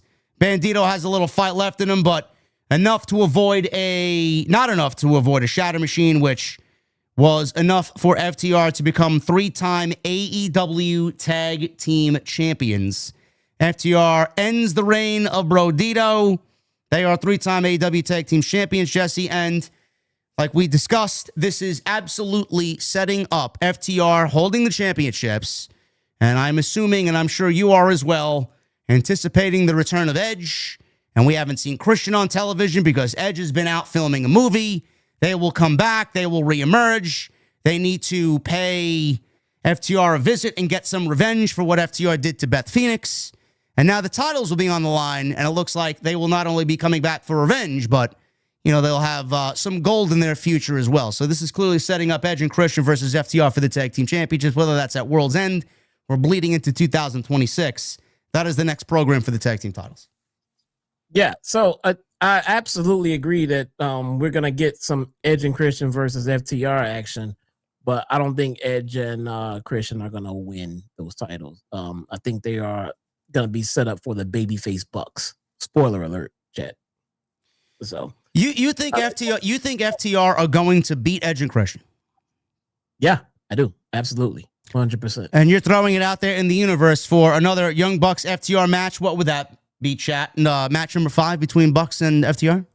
Yeah, let's be clear about what I want versus what I think we're going to get. All right. I think we're going to get Edge and Christian versus FTR. FTR is going to win because they're not going to keep Edge and Christian together as a team very long, I'm assuming. But I think that's basically why the Young Bucks turned babyface tonight. Again, spoiler alert. But yeah, we're getting babyface Bucks versus heel FTR again. Yeah, for sure. 100%. So I don't really care to see that. Number one. Not me either. Number two, I question, where does that leave Edge and Christian if they don't win the Tag Team Championships? Where do they go there? Don't ask me, bro. I just think that's what they're gonna end up doing for sure. Hey, we got a super bomb, man. That's over. Oh my goodness! Look at this guy. Look at this. My guy Angel Alaga with a $150 super chat. I agree with you, JD, about AEW. The matches are too repetitive with a little story. WWE could use some more blood in their matches while AEW overdoes it. TNA seems to hit the sweet spot. Angel, number one, thank you, brother. I appreciate you being here. Angel Alaga is a VIP here on OTS. Number two, TNA, you know, I think there was a report not too long ago where TNA, earlier this summer, TNA was kind of going to cut back on the blood, and they need to get clearance. The wrestlers need to get clearance for spots like that from now on. I'm assuming that has to do with the WWE partnership because that's the way WWE operates, and they don't want a partnership with TNA to get out of hand. And, you know, if they start looking like a fucking outlaw mud show, WWE is going to be the ones that take the criticism as well, and they don't want anything to damage their image. So, yeah. I guess they've kind of done away with that for the time being. You don't really see that or hear about it a lot on TNA television. But, yeah, I agree with you, Angel. It is repetitive. Like Jesse said, and like I say, there is very little story, if not zero story. And WWE could absolutely use more blood, which I'm hoping for. Just a little bit of blood, at least in that men's War Games match. Maybe. You got Brock Lesnar in the fucking War Games. How are you not going to have blood in the War Games match? A little bit. Seriously. I don't know. We'll see. Angel, thank you, brother. FTR wins the Tag Team Championships. This was fantastic. You know, I have my problems with Dax and Cash. You know, actually, I had no problem with Cash. Cash has had no problem. It's all Dax. Cash is awesome. Yeah, Cash is he's not on social media, which he's the smart one. I think that Dax should really kind of take the lead there and follow his partner. But this was a fantastic match, and we've openly, no matter the problems that he has caused us and me, openly praised them every single time because whether you like them or not, they are one of the best tag teams of all time, one of the best tag teams of our generation, if not the best tag team of our generation. Every match that they have is a fucking great match. Again, another couple of guys that just don't have bad matches. I mean, they haven't been perfect either. They've been a part of some stinkers on the mic and some segments that have bombed. You know, they're not perfect, but, bro, when tag team wrestling is on, man, there's nothing better than tag team wrestling. And right now, the strongest asset that AEW has is what they brought to the table in year one, and that is tag team wrestling. Their division is fucking great. And I got to give whoever credit for getting this division back where it belongs because the tag team division right now is the hottest thing in the company. They understand the tag team philosophy. They just get it. You know, it's the same thing for the Bucks, man. I mean, I'm not a fan of FTR mostly because of the Dak situation. Again, Cash is fucking awesome, but they understand the tag team philosophy. They get it. Same for the Bucks, man. Say what you want, call them whatever names you fucking want, but I'll sit here and defend the fact that when that bell rings, they know what the fuck they're doing in that ring. They just fucking get it. They fucking get it. And this goes to prove that despite our personal feelings about FTR, about Cash, I'm sorry, about Dax, we're going to call it the way we fucking see it. FTR is fucking great at everything they fucking do in that ring when that bell rings. Yeah, this was great. This was, up until this point, the best match of the night. If you told me that this was the best match to you this evening, I would not argue with you. I don't know where Brodido goes, but they could use main event talent, and they could still do the tag team thing, but I'd like to see Brody kind of do his own thing. And Bandito, I'm lobbying for Bandito in the Continental Classic. I think Bandito should absolutely be in the Continental Classic. So we'll see what happens there. I've been saying for the longest of times that Brody King needs to be in the main event scene in AEW. You know who disagreed with me? Our guy David Rice. He says no, Brody shouldn't be there. In the main event scene? In the main event scene, yep. I could see why some people may think that. Some people may look at him as just a tag team guy or a faction guy, but I mean, he's over. It's the one thing that is just obviously noticeable. People love Brody, and I think he deserves at least a push.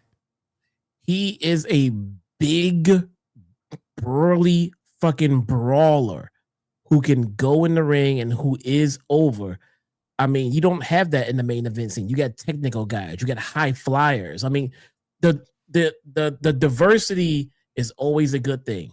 You know what I'm saying? I would love to see a Brody King get into a 20-minute fucking match with a Will Ospreay.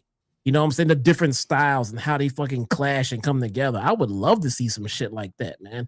You got your MJF, you got your Swerve Strickland, and a Brody King. He's not like anybody else in the main event scene right now. You know what I'm saying? Why not? I would love to see him up there right about now, man.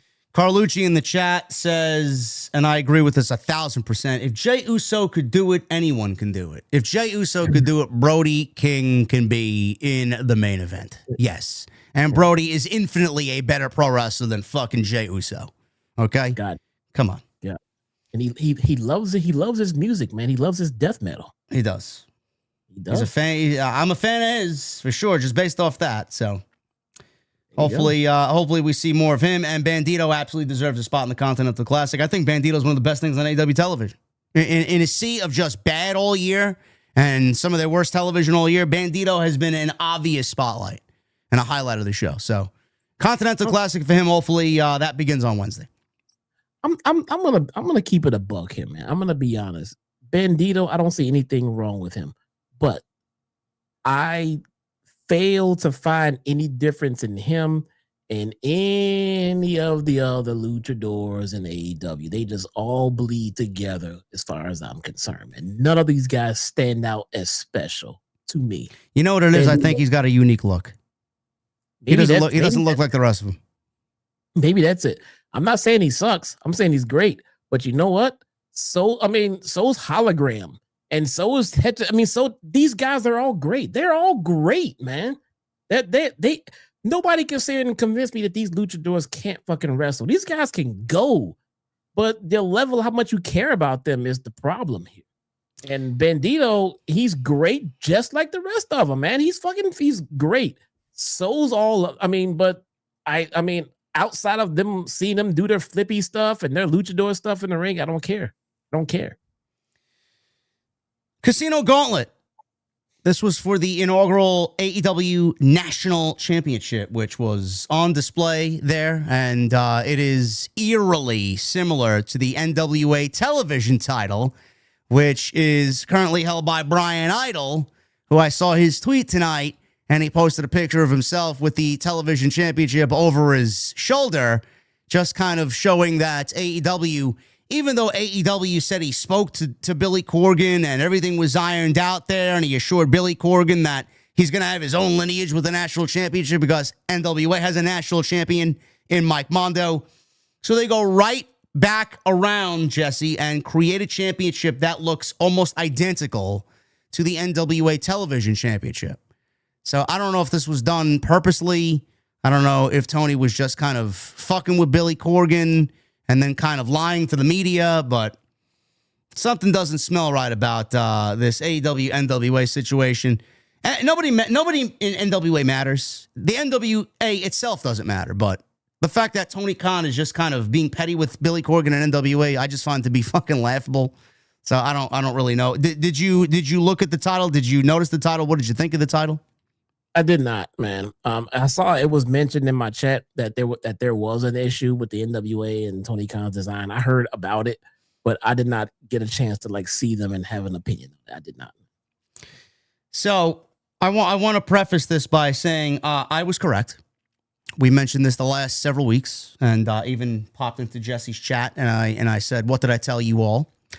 I had Ricochet winning this, and I had Ricochet winning this because Tony Khan has had the Demand and the Hurt Syndicate feuding for the last 2 months, and they've literally gone nowhere. Both factions feuded for 2 months, and they've both canceled each other out with horrendous 50-50 booking. The Hurt Syndicate has suffered because of it, and the Demand is certainly not over because of working with the Hurt Syndicate. No one is over in this war between both of these factions.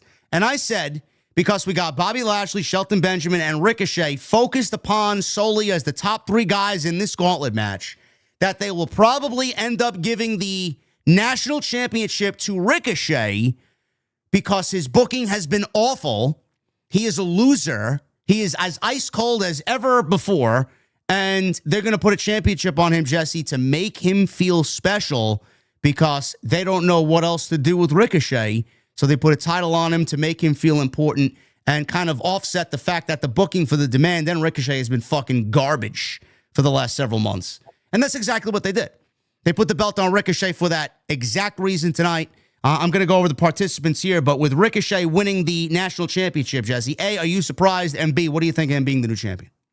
No, I mean, look, we touched on this before, and again, I said this before, I'll say it again. I equate Ricochet with the Demand right now the same way as I did Swerve to Parker Boudreaux and Tretch. I think Ricochet is a piece of shit on social media, but I'm not gonna sit here and deny what this guy can do in the ring, bro. He's fucking great at what he does, and he's being booked poorly. I think that the pairing with the Demand is not working. They need to get him away from them. It's just not working out. He's not looking better, and neither are they. The pairing is just not working out. They got Swerve away from that little faction, and look at him right now. And I thought Ricochet was the pick to be the winner because of what they deemed that title to represent, which was to be represented in other brands and other indie promotions. And I didn't see anybody else in this tournament running around and doing indie shows other than Ricochet. That is right up his alley to go to another promotion and talk shit to that crowd.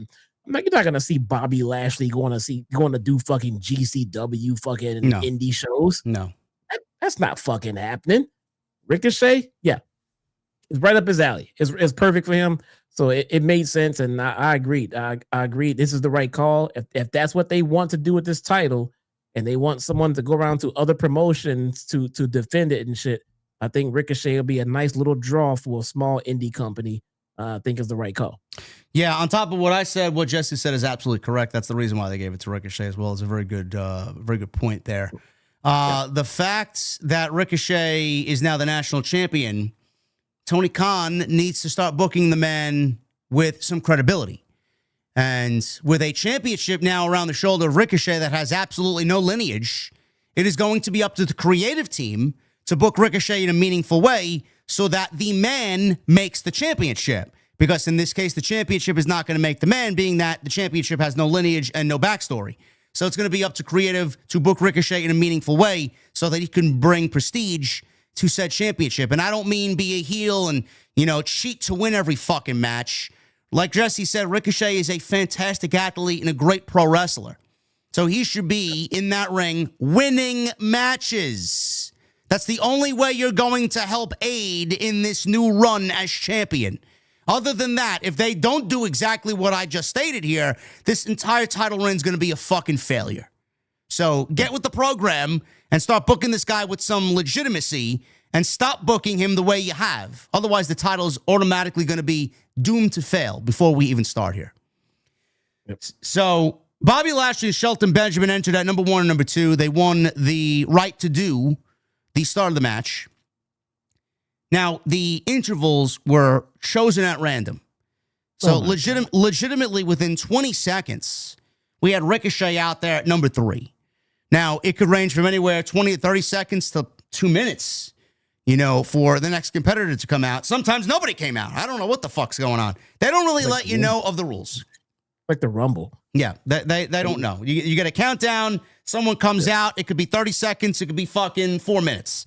We don't know. So Ricochet's out there. And then before he gets out there, Jesse, the Gates of Agony attacked Bobby Lashley and Shelton Benjamin. Now, this match has no rules. It's a gauntlet match. It is first one to a pinfall wins the match. But it's like a Royal Rumble rules. You get intervals and then people coming out randomly. So before Ricochet got into the ring, the Gates of Agony took out Bobby Lashley and Shelton Benjamin, beat them up all around ringside to a point where Bobby Lashley and Shelton Benjamin completely disappeared for at least 90% of the match. Yeah, they were gone. They were gone. That you didn't hear about them or see them anywhere. And I have a reason for that, which I'll talk about in a second. So they were gone. They were helped to the back, and I don't know where they went. So Ricochet's out there. So we had Claudio at number 4, Danny Garcia at number 5, Orange Cassidy at number 6, Wheeler Yuta at number 7, Kevin Knight at number 8, Roderick Strong at number 9, Mark Davis at number 10, Speedball Mike Bailey at number 11, Matt Menard, Danny Magic, or Daddy Magic, sorry. Danny Garcia, Danny Magic, who gives a fuck? Daddy Magic, Matt Menard, number 12. And that was the end of the competitors in this match. Legitimately, bro, outside of Bobby Lashley, maybe Shelton Benjamin, maybe. No stars, bro. Legitimate, no stars. And I seen some people on social media, oh, this was one of the best gauntlet matches that they've ever done. What the fuck were you watching, bro? I'm watching this and I'm like, waiting for the stars. I'm waiting for the star power. I'm waiting for the big hitters. Where are they? So nobody came out. We had to hear the Death Riders theme 3 different times in the same match. So they had the numbers game in this, Jesse, and they still lost. So if they want to blame Moxley for losing, they should look themselves in the mirror too. But regardless of that, look at the field of 12. And then understand why Bobby Lashley and Shelton Benjamin took themselves out of the fucking match and probably lobbied to be out of the match and lobbied for an angle to get themselves out of the match, only to then come back and mix it up with the likes of Claudio and Ricochet, and that's about it, and Mark Davis, and that was it, because Mark Davis is a fucking large guy.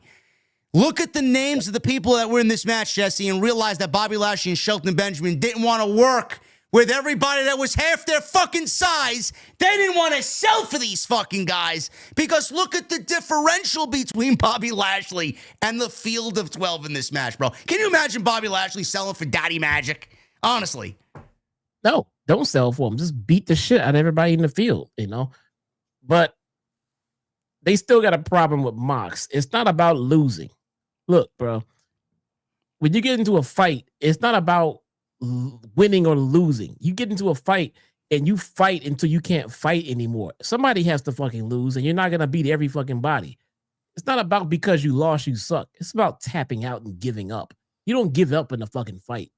You fight till you die. That's how you fucking fight.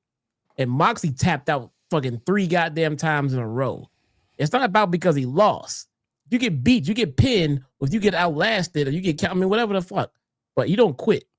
You quit, you're a fucking bitch, man. You don't quit. You don't quit. You don't quit. And Moxley has tapped out 3 straight times. That should be their problem with Moxley. You know, so I don't know what there must be.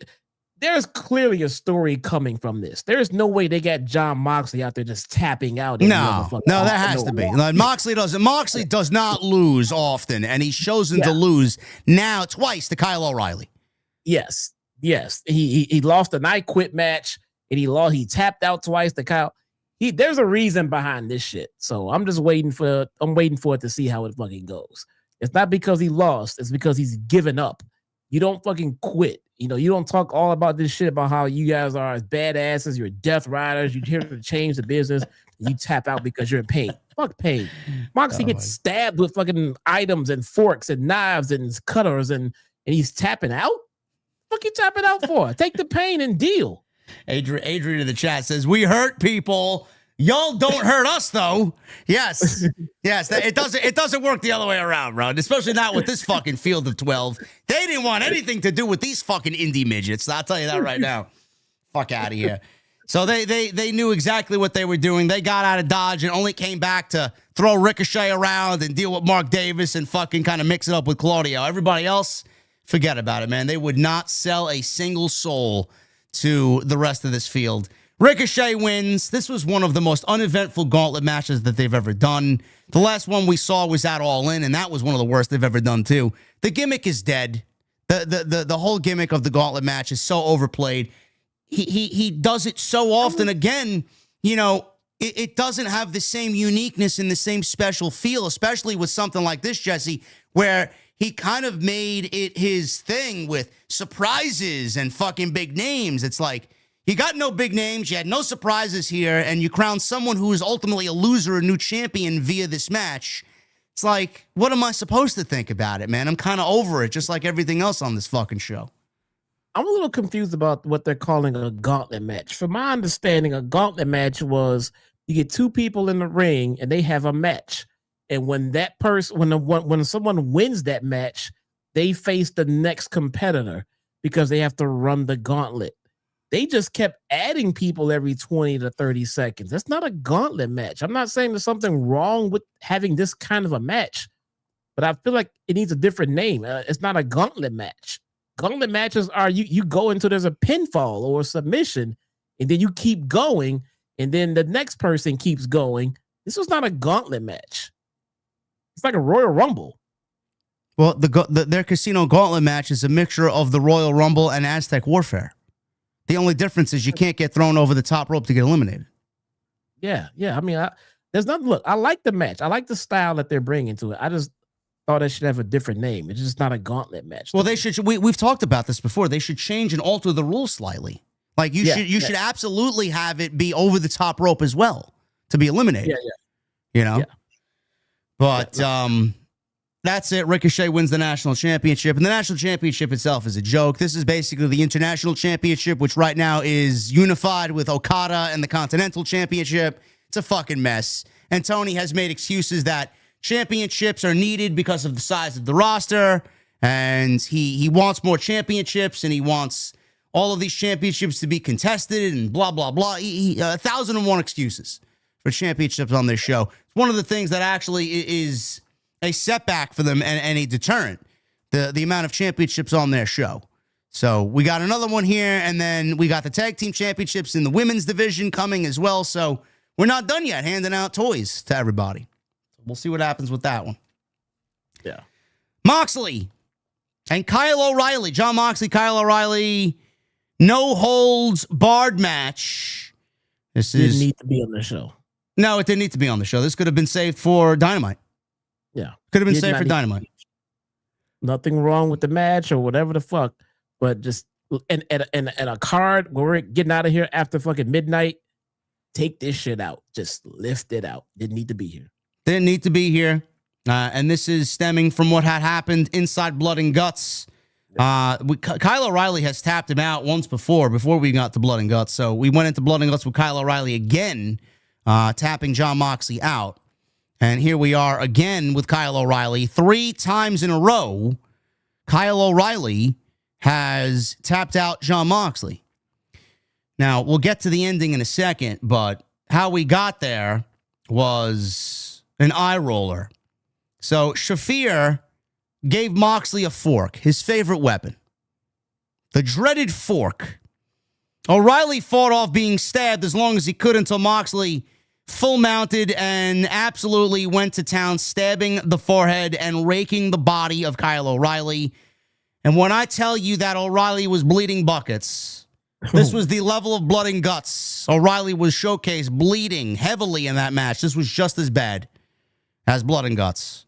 Sick visual, and Tony Khan gets off on seeing his performers bleed. Moxley remains in full control here, stabbing O'Reilly in the body. He starts stabbing him in the nipple because that's exactly what we want to see. Moxley stabbing people with forks in the nipple. And Shafir was smirking because she was enjoying the punishment that Jon Moxley was dishing out.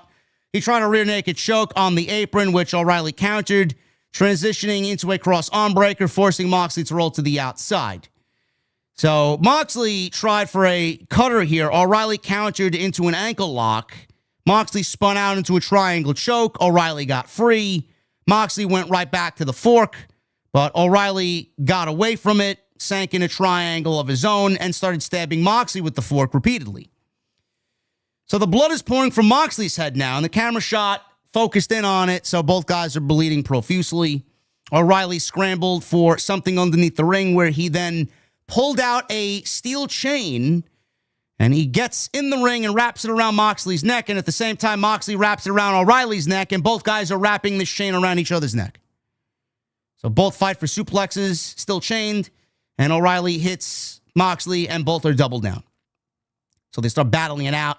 They get to their feet. Moxley applies a bulldog choke using the chain. O'Reilly scrambles. Moxley presses on the throat, and he applies an STF. O'Reilly grabs the fork, and he starts stabbing at the hand of Jon Moxley to get free, which was actually smart, and you saw the fork stabbings on Moxley's hand. Moxley hits a curb stomp on the chain, which then New Jersey starts breaking out into Seth Rollins' theme song, and they start doing the whoa, whoa. Sure, Tony loved that. So after the curb stomp, Moxley gets a chair and traps O'Reilly's arm in it and Pillmanizes his arm. A Death Rider on O'Reilly, and then Moxley sank in a Kimura, only to be countered into an ankle lock. O'Reilly slammed Moxley's leg onto the chain, wrapped it up, got an ankle lock. Moxley fought, but eventually tapped out. So this makes 3 times he tapped out to Kyle O'Reilly.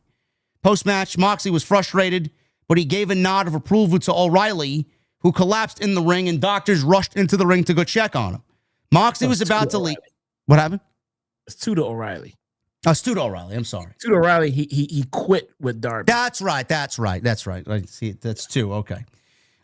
So doctors are checking on O'Reilly. Moxley was going to leave, but then he came back and started to attack Kyle O'Reilly in the ring. So out then comes Roderick Strong and Orange Cassidy, who helped O'Reilly to the back. And you could see that the rest of the Death Riders actually, and Moxley were not really all that happy with the outcome here. Pac was visibly upset, and you can see why, because Moxley once again tapped out to Kyle O'Reilly. Something is definitely happening here. It's not about O'Reilly beating Jon Moxley. It's not about building Kyle O'Reilly up into a main event talent. Kyle O'Reilly is being used to forward the story of the Death Riders being frustrated with Moxley because he keeps losing. And I ask you, Jesse, Pac was the one visibly upset here, and he's the only one who won his match tonight. Is it going to come down to a situation where maybe we see Pac be the vocal one? Everybody's thinking Claudio's going to be the vocal one. Is Pac going to be the vocal one, and everyone going to follow Pac's lead to eventually boot Moxley out of the Death Riders, and we see Pac eventually take the reins as the leader of the Death Riders? Do you see that happening? Yeah, I could see either one of those two being the new leader, but I would lean towards Pac because of his mic skills. Yes. I think he has the ability to tell that menacing Death Rider style promo. Yeah. You know, so he could, I think he would be the leader, and Claudio would be the muscle. And I think they would stay the course. And again, I just think Moxley needs a break, man. I just think he needs to take a little hiatus, go rest up. It's always good to rest up. If you're not, fighting any particular major injury, don't think you should keep going. Take that rest. These guys take fucking bumps all day, all fucking day, every day, man. They take bumps. They get sore. Heal up. Yeah. Take some time off. Not only that, absence makes the heart grow fonder, man. You know, if they're sick of you now, you take a few weeks off, bro, you come back and they'll be cheering you all over again. You know, take some time off, you know, come back, reset. You could probably come back as a baby face and feud with the Death Riders on some level or another. It'd be fine. It'd be great. You know, I know a lot of people are tired of Moxley, especially. I think some time away from the camera would help heal that. You know what I'm saying? Why wait until you are, you know, battling an injury and need surgery? Take some fucking time off TV. You shouldn't have to come to surgery before you go away. Yeah, I don't think, you know, in this case, absence will make the heart grow fonder of Jon Moxley. I think genuinely people are sick and tired and are really over Jon Moxley on AEW television. I think this run has kind of brought people to a point where if he comes back, they just, as a babyface, they're not going to care. I'm in that position. I don't know how everybody else feels. I'm just done. Like, I don't care about Jon Moxley. He's done everything. He's done everything that he could. He's worked with everybody. I don't really care to see him work with anybody else. It's over. I got no problem with Moxley, but except he's just always here. You know, I have no problem him going away and coming back and rewriting him as a baby face and feud with the Death Riders. I mean, just come back and write something good for him. You know what I'm saying? He'll knock it out. I mean, what do people want to go away forever, retire? No, the guy's fucking great, man. He's just overextended. He's just done too much right now. Let's take some time off and come back later. Kyle Fletcher versus Mark Briscoe. No DQ match for the TNT Championship. If Mark Briscoe loses, he must join the Don Callis family. So I don't know why a decision was made to do a no-holds-barred match between Jon Moxley and Kyle O'Reilly, and then right into a no DQ match for the TNT Championship, back-to-back. I don't know why a decision like that was made, and I don't know why anybody didn't focus on that and looked at the line sheet and went to Tony Khan and said, hey, boss man, can we separate these two matches and spread them out a little bit? Because one was more violent than the other, and one was definitely going to steal the other's momentum. I don't know why a decision like that was made. I find that to be absolutely fucking foolish. So that's number one. Number two, Mark Briscoe has largely been a loser on AEW television.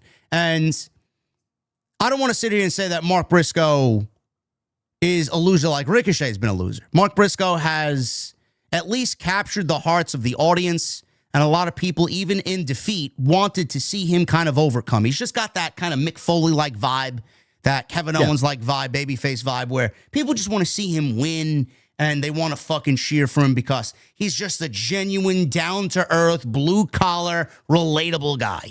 That's it. Yeah. It's nothing too crazy. It's easy to see, and it's easy to cheer for, okay? The thing with this, Jesse, is we've seen this match now after tonight 5 times. At some point, he was going to have to win. And granted, you know, this was the very perfect situation for him to win, and I'm glad that they did. He finally conquered Kyle Fletcher and won the TNT Championship. But, man, the way that we got there, I'm gonna get into in a second. You know, it doesn't really take anything away from how we feel about Mark Briscoe, because at the end of it, even though it was kind of comical and circus-like, he genuinely deserves it. So I'm glad that he won. I'm glad that they finally put a belt on him, because he's been one of the hardest working guys all year there. And there's nobody that deserves it more right now than Mark Briscoe. Yeah, he's looking great, man. He did beat MJF too. And I don't think commentary did a good enough job at reminding people that, you know, he's not a loser. He did beat, you know, one of the top guys in the whole company. You know, so but he has put in the time, he's put in the work, and he's taking his fair, you know, share amount of L's, and, you know, a title run for him is definitely well deserved. He deserved this time right now. So yeah, he did beat MJF, which I didn't really hear them mention on commentary either. And Briscoe would win a match and then quickly lose a match. He'd come out of that match with MJF and go right into a fucking feud with the Don Callis family and start teaming with Hologram and the rest of the conglomeration. He didn't really find himself being treated as a big deal. Like, if you're feuding with the AEW former world champion, especially MJF, like, you should be treated like a main event talent, and you should, especially after beating MJF, like, you should be going up. You beat MJF, he went down. So they waited and waited and waited, and they finally gave him this match here. But we got a great video package on Briscoe coming up through AEW. and his time in the conglomeration. They showed footage of his real family. So we get this match started, and we get weapons right out of the gate. So Briscoe starts bringing out weapons. He placed Fletcher against a ladder. He tried a somersault dive and crashed and burned through the ladder. That was the first big spot. Fletcher violently launched the ladder into the face of Briscoe, busting him open, and he was legitimately bleeding buckets here. So if you thought O'Reilly was bad in the last match, right into the blood and gore, immediately back to back. So he got busted open, and Callis is on commentary saying he wants him to be hurt for a few months, but he doesn't want his career to end. As Callis says he will own Briscoe's life if he's in the Don Callis family. Fletcher threw another ladder into the ring and continued to slam Briscoe on it. Fletcher then placed a broken ladder between the ropes and used it as a platform, which looked fucking stupid and ridiculous because I don't know what he was planning to do here because he was standing on the ladder, which was less stable, but he was also perched on the second turnbuckle, so he was actually harming himself more than he was helping himself. Didn't really understand that spot, and the ladder wasn't really going to be used for anything anyway. So he had the broken ladder in the ring there, and Briscoe gets free, hits an uppercut, threw the ladder to Fletcher, and drop kicked him in the face with the ladder. Briscoe popped Fletcher in the face with the ladder, eventually causing him to bleed as well. So both guys are bleeding. Briscoe placed him on a table at ringside, set it up, because the fans chanted, "We want tables," and, you know, pro wrestling chants, and people want tables, and it's just cringy. So he places him on the table. Fletcher rolled off. Half and half suplex from Fletcher on the floor as he placed 6 chairs upright together. He took too long. Briscoe threw one in his face. Briscoe went to climb the ropes. He was distracted by Don Callis. Fletcher launched Briscoe through the table that was set up previously, so he goes through the table. Another table was placed in the corner. As Fletcher went for a lawn dart, Briscoe escaped, and they trade half and halves. While Briscoe wanted a J driller, Fletcher continued the offense and countered into a running, I don't know what the fuck this was. It was like a white noise through the table that was set up in the corner. So we got a last ride power bomb connected on a 2 count. Fletcher goes for a bucket underneath the ring, and in the bucket was thumbtacks. So he spreads them all across the ring mat. He places the thumbtacks in Briscoe's mouth. This is what I was talking about earlier. We saw this with MJF and Mark Briscoe at All Out, where they had a tables and thumbtacks match. So why are you repeating the same fucking spots that we saw literally 2 months ago? It's just over and done with. So he puts them in his mouth, super kick. Briscoe escaped the last ride, spiked Fletcher into the tacks with a fisherman buster, which looked brutal. Briscoe throws in 2 tables, and one is covered in barbed wire and a high ladder, which he then sets up a table in front of.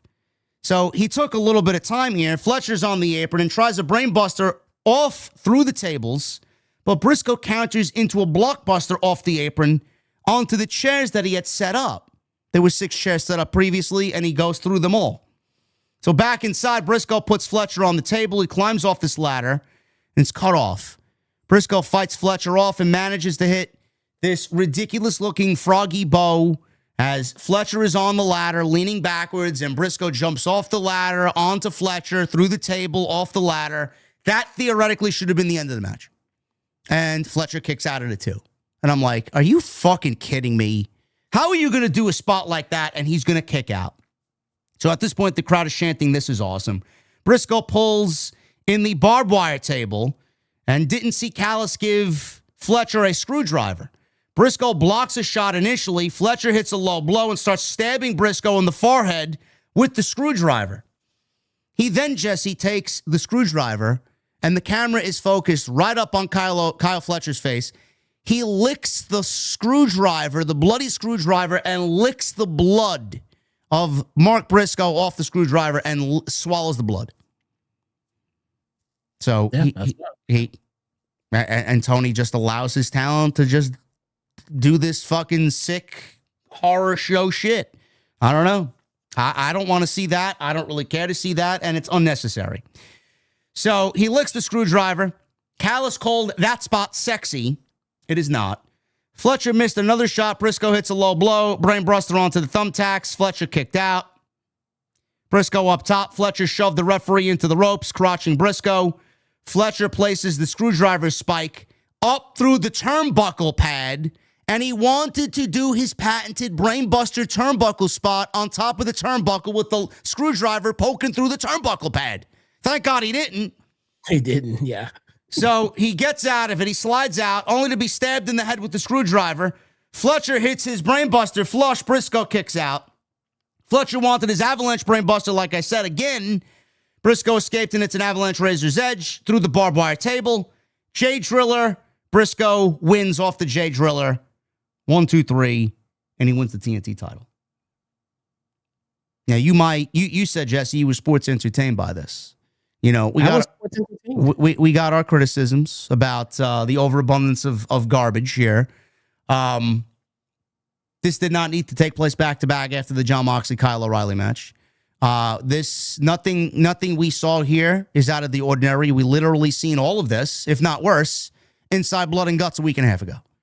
So, again, I'm glad Briscoe won. It was the right outcome, and I'm very happy for Mark Briscoe. I'm a big Mark Briscoe guy. So him being the TNT champion was the right outcome. How we got there was a little fucking cloudy for me. And quite honestly, Chad, I'm immune to this shit. We didn't need to go to these lengths. This match, this feud, all of this didn't really need this level of abundance of blood and violence. And I just think that they do it because they don't know anything else. And I look at someone like Kyle Fletcher, bro, and this is another thing. I look at someone like Kyle Fletcher, and I look at him being such a great pro wrestler, bro, and he's lowering himself to this fucking indie garbage when he is such a great pro wrestler, and people are making the correlation between Kyle Fletcher and him being a young Randy Orton. Now, I know Orton had his feuds and he did his junk matches too, but, bro, it seems like and it feels like Fletcher is in more of these matches than anything else. And now he's going to be in the Continental Classic, and I look at him at a young age, and I worry about how he's going to be 3-4 years from now after wrestling this type of shit, bro. You know, it's not unfair to look at it because he's such a great talent, but you got at some point you got to start questioning what he's doing to his body, man, and how much of a toll it's going to take on him. Yeah, same for Darby, Jeff and Matt Hardy. So I mean, bro, I can go on and fucking on. You know, you like scary movies? I do not. You like horror movies? I do not. I can tell. I don't. It makes sense then. Okay. I'll watch Final Destination. No. I love horror movies. I mean, bro, this is pro wrestling. I know this is not a horror. This is not a horror movie. AEW has the pen. They wield the mighty pen, bro. They are in charge of everything. They dictate what we see and what we don't see. We don't need to see this. I know. I know. I get it. You know, there's some people who might watch your show and say, "Why do you got to curse so much? Why do you got to swear so much? Why don't you just use clean language? Why do you have to? You got to swear to get views?" No, because it's part of my personality.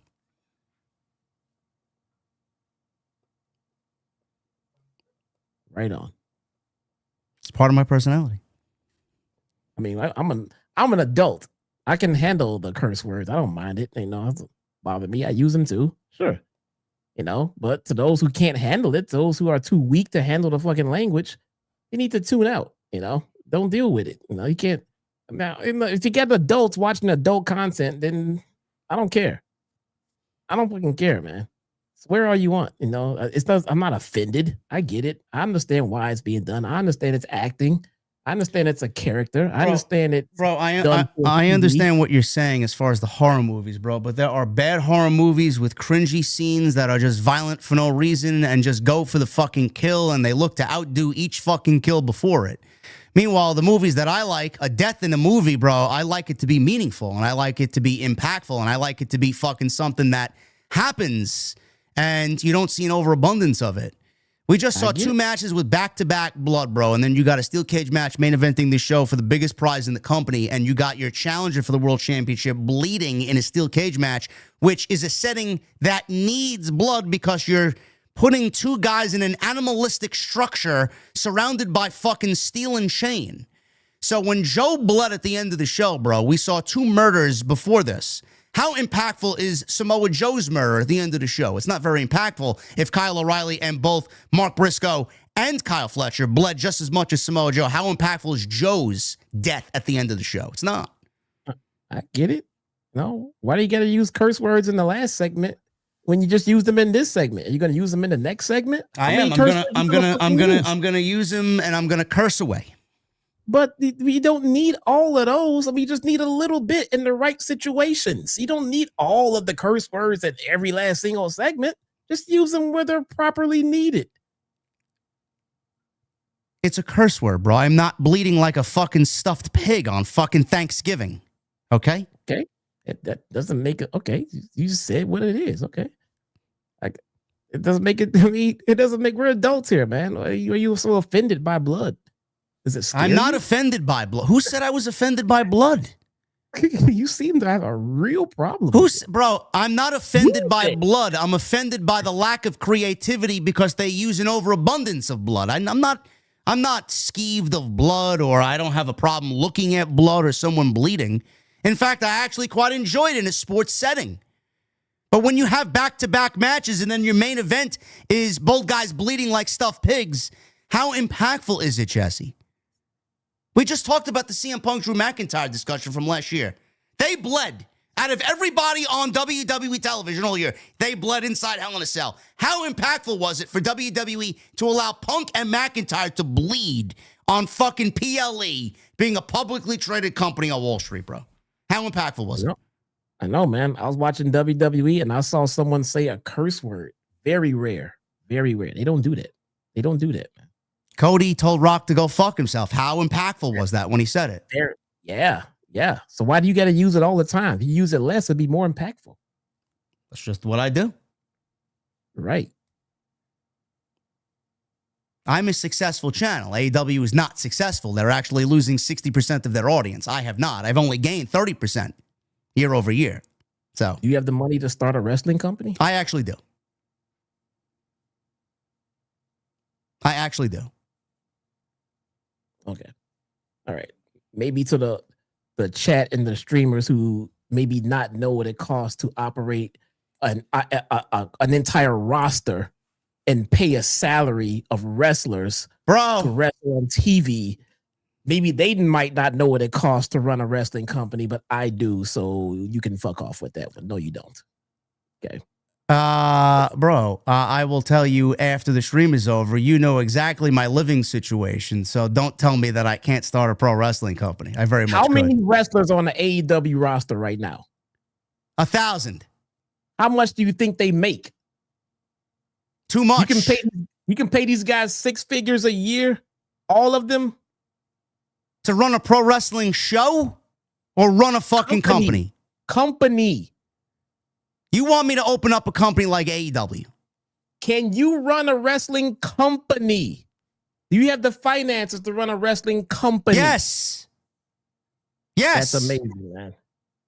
Yes, I do. Okay. That's news to me then. I had no idea that you could afford to pay.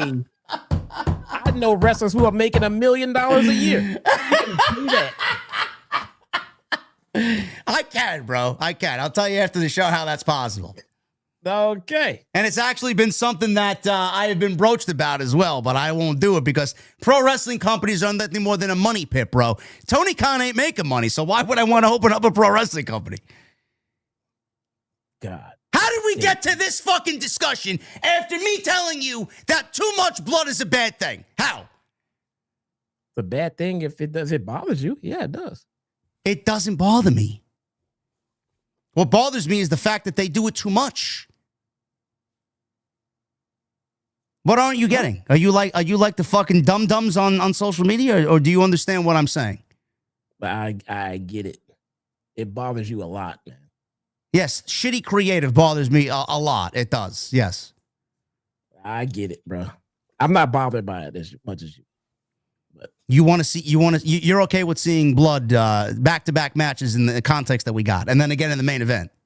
You're okay with that? Not bothered by it. Neither am I. I'm not bothered by it. It's not a complaint of mine of the show. Oh, it's a big time complaint. Yeah, I'm not bothered. I don't give a shit. It doesn't bother me, man. When something bothers me, I tend to bring it up a lot. Yes, because it's fucking terrible. That's why we're here, to call out the big time negatives and review the show. Only negative if it bothers you. You're trolling me now. Only negative if it bothers you. You're trolling me now, bro. Come on.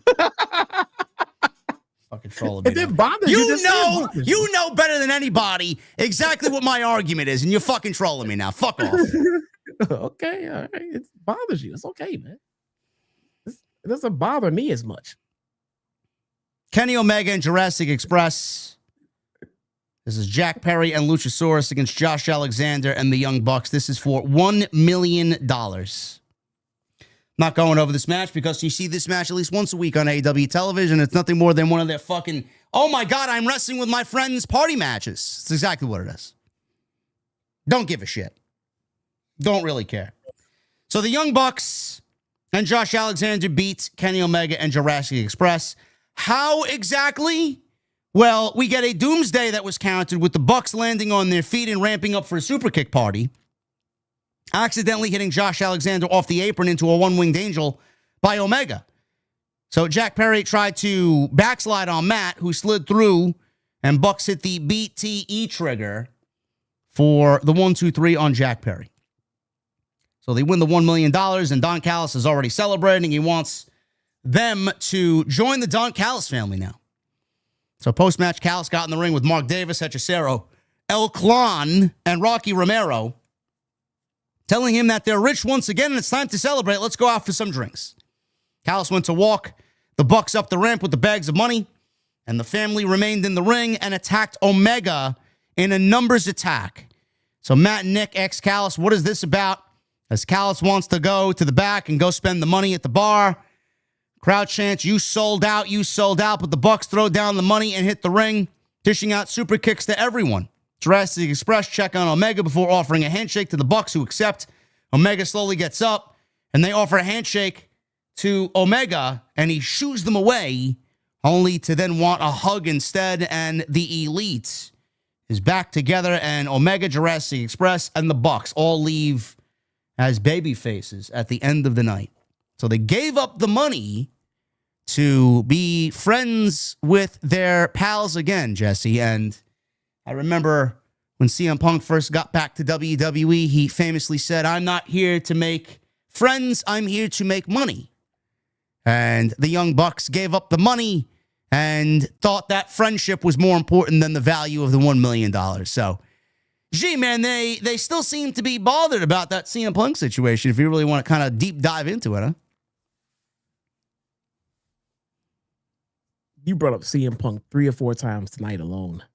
Yes, because CM Punk is the antithesis of what is right with the business. That's why. I did not think about CM Punk in this segment. How did you think of CM Punk in this? I am not here to make friends. I'm here to make money. It was the first promo he cut back in WWE after 10 years. And I look at the Young Bucks, who famously celebrated when he left, and they were all about their friends, and now they're in a fucking storyline about money, and they opted to choose their friends over the money. I just made a correlation between the two. What is so wrong about my diagnosis of each situation here? It's not even a reach. I just never connected. Oh, well, there you go. I just created a talking point for most of the fucking chat and most of the community. There you go. I never thought about the two at all, but I see it. It's not a reach. I get it now, but I never thought about it, not once. Do you care about the Young Bucks being babyface, bro? I know they got somewhat of a reaction tonight, but do people genuinely care? I mean, do you care here? I honestly don't think so. I think their position would probably have been better off as heels, to be honest with you. But I mean, let's see. They're gonna put them with Jurassic Express and Kenny and try to help this whole thing get over. I feel like they've tried to gauge the audience for a number of weeks for this babyface tease before they pull the trigger. And they're going to go ahead and roll with it. To be honest with you, I don't know. I think I would rather just keep them heel, to be very honest with you. Because they can be cringy as baby faces, but we'll see. We'll see what they got playing for them. I don't know. Does this restore the feeling for you? No. I mean, like, what, the original, Elite feel? No, absolutely not. No, fuck no. Feels like we're going backwards, huh? We're going backwards instead of forwards. And this is not what's going to save the company. So, This was a party match. You see it every week on Dynamite or Collision. Nothing new here, but the Young Bucks and Josh Alexander win. They give up the money and opt to be friends with the Elite once again. There you go. As long as they wrestled their friends, everybody's happy. Yeah, I guess so.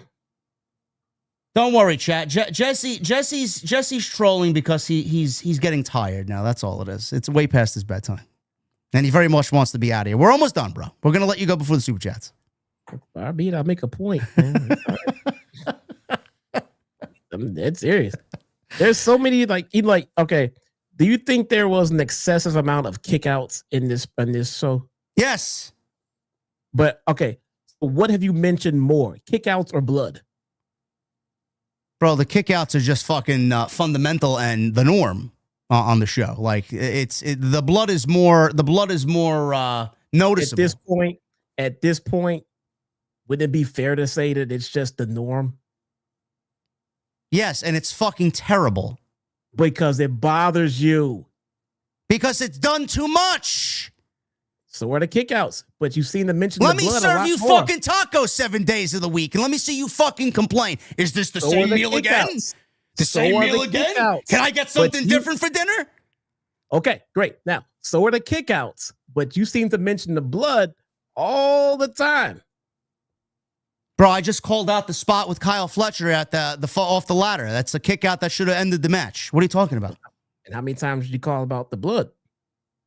There's been more blood spots than kickouts after fucking stupid bullshit moves on this show. What would you like me to do? I agree. I'm just saying the blood bothers you a lot. You don't like scary movies. The blood bothers me because it's done in abundance. You know this. We talked about it a week and a half ago after Blood and Guts. We talked about Why are you taking me out of context? I'm taking you in context. You are the one that keeps having this issue with the blood. We get it. We covered it. You talked about it. Here we are again. Blood. But the kickouts are excessive. You mentioned that and then kept going. The blood, you are staying on it, man. Yes, because I'm tired. I'm tired of seeing it. It looks fucking awful. It really bothers you. I get it.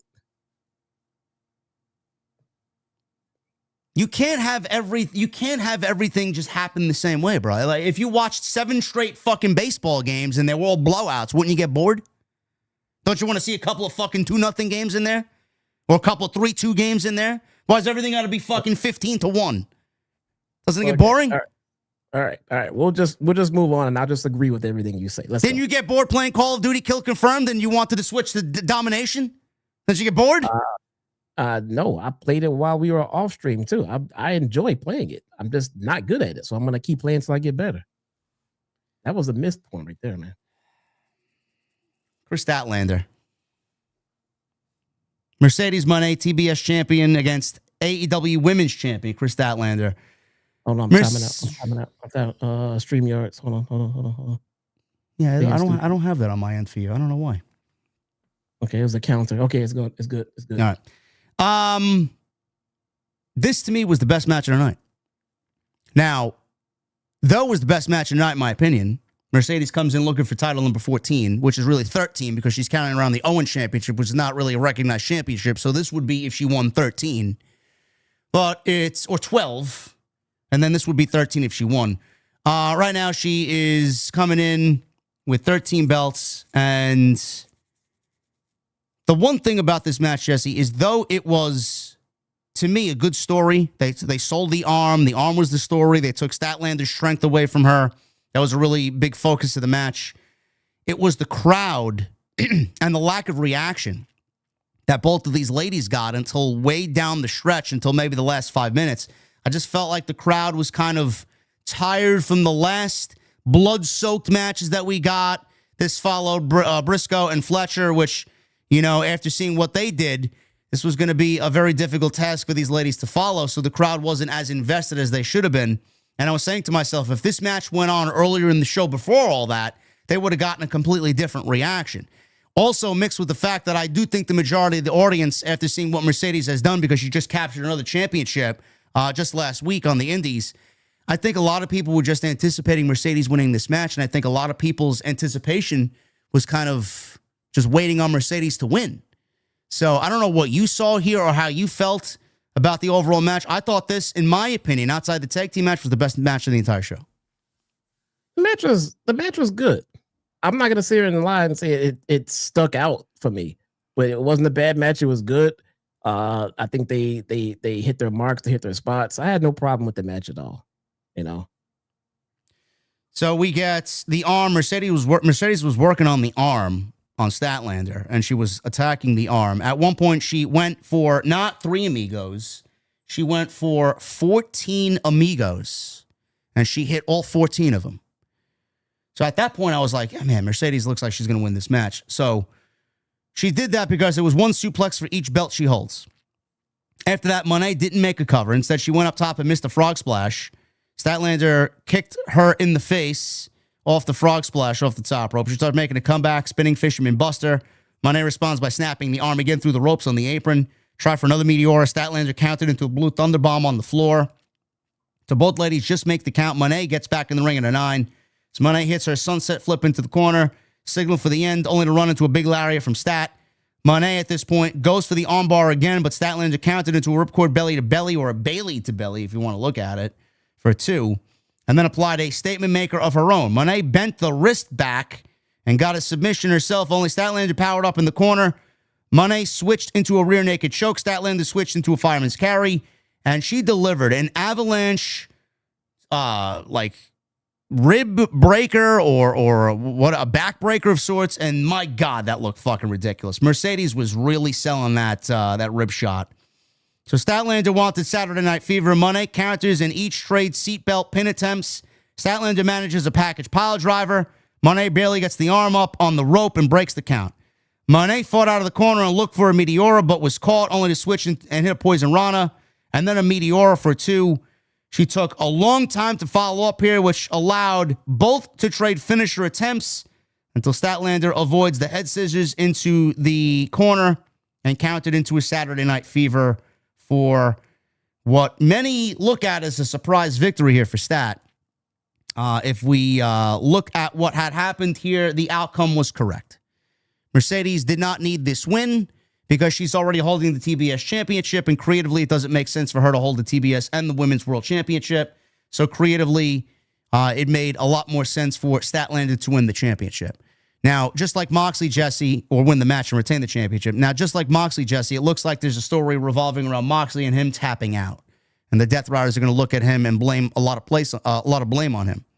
But Mercedes, this is the second time in a row now that she challenged this year. She lost to Toni Storm at All In. She lost to Statlander here, which, in my opinion, I think Statlander is her greatest opponent so far in AEW.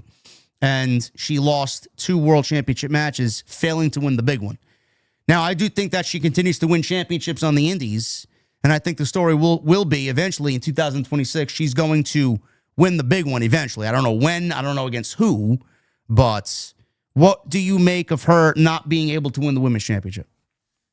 I don't know, man. I don't think she's going to win it until she drops the TBS title. I don't think she's going to hold both of them at the same time. I could be way the fuck wrong here, but while she's holding 13 titles or whatever the fuck she's holding, why does she need to hold both of the AEW women's titles? Well, I mean, some people tend to think that she's going to start losing one by one until she loses the TBS championship, and the story will be that she needs to win the AEW women's championship. Do you see her losing all of these championships to then win the women's championship? I don't see that happening. I give absolutely 0 fucks about all those titles Mercedes is holding. I don't care if she never drops them. I don't care if she drops them every other day for 14 weeks straight. I don't care. I genuinely don't give 2 shits. I don't even know what company she's representing. I don't care. She holds the TBS title. That's the only one I care about. So I don't think she's going to unify and hold both titles hold them at the same time. Until I think she's gonna win the other women's title and she drops the TBS title. Those other titles, I don't give 2 shits about. I don't give a flying fuck. I don't know what companies they represent. Who gives a shit? I don't know if they're gonna just take them back. I don't know. Who fucking cares? She's not gonna make me care about those organizations or those titles. She can keep them or never drop them. Who gives a shit? She holds 1 title as far as I'm concerned. The Owen Hart belt don't even fucking count because you don't defend it. So the TBS title is what she holds, and they're not going to give her both titles. So does this give credibility and legitimacy to Statlander that she never had before by beating Mercedes? What do you think about her beating Mercedes? What does this mean for her title run? Well, it's a good thing that you beat somebody that they have so much stock in. You know what I'm saying? It's not a bad thing. They're not gonna have just anybody beat Mercedes. You know what I'm saying? That's their golden goose. So if they put Stat over her, that does mean a lot. They do have a lot of faith in her, and we all know that. We all know that they have a lot of faith in Kris Statlander. You know, so it would make no sense to have Mercedes go over Stat, and let's just put her over everybody and fire the rest of the women. It makes no sense. You know what I'm saying? So you got to have a separation there. It's not to say Mercedes will never win that title, but there's no point in her holding both of the AEW women's titles right now. I thought this was a very good match between both ladies. I thought this was actually the better of their matches so far. How I would rank this as far as women's matches this year, I don't know. I think this is up there, but not the best. I don't think this was better than Tony and Mercedes at All In. But Statlander winning is huge, and I'm glad that AEW gave her that hump or that push over the hump and gave her this big win because she certainly needed it. Main event. We are finally there. Adam Page and Samoa Joe, AEW World Championship Steel Cage match. After coming out of 2 blood and guts matches, we got a Steel Cage match. And this was with an added stipulation here for the World Championships just to give it some extra level of main event because they didn't really have anything else going for these two. There was a lack of story and a lack of intrigue and a lack of interest. So they just did what they usually do, and that's go above and beyond to do more than they really need to. But Samoa Joe and Adam Page, and I said this on Wednesday, and I said this to Jesse, that to make sense of the heel turn, like Samoa Joe's great. He's not immune. Like he could take a lot and still kind of bounce back from because he's fucking Samoa Joe. But he's not as bulletproof as everybody thinks he is. At some point, he's going to look like a loser. You couldn't turn Joe heel, have him wrestle this match, and lose again. Not only do you make the heel turn nonsensical, you make Joe look like a fucking loser and a geek. So they almost needed him to win this match. And Adam Page's World Championship run has been a dud so far anyway. The ratings are piss poor. Not like Joe is going to help the ratings, but he hasn't done anything with the World Championship. He's not generating any interest. And a lot of that we've attributed to, Page being a great wrestler, but not a captivating character unless he works with someone like Swerve. And the creative team isn't really giving him anything to work with. And a lot of the creative for this run has been awful. So they needed to give Joe something here and have him win the championship just to make this shit interesting and make sense. And that's exactly what they did. Samoa Joe wins the AEW World Championship. How we got there, we started bleeding 2 minutes into this match because Joe is the first to get slammed into the cage and he starts bleeding buckets. And then Adam Page starts bleeding because he gets thrown into the cage. And then Joe starts mowing down Page with some back elbows, snapped his neck on the bottom rope, and both guys are bleeding buckets here. Page slid out of a Coquina clutch into one of his own, and Joe spiked Page with a Uranage in the corner. Joe is in the corner. He exposed the turnbuckle. Page fights off. Joe wanted a muscle buster. Page bit free and hits a sunset flip powerbomb. At this point, Katsuyori Shibata rushes to ringside and grabs the AEW World Championship and starts climbing the cage, which is distracting Page. He's just watching this happen until Eddie Kingston hits the ring and pulls Shibata off the side of the cage, and they start brawling.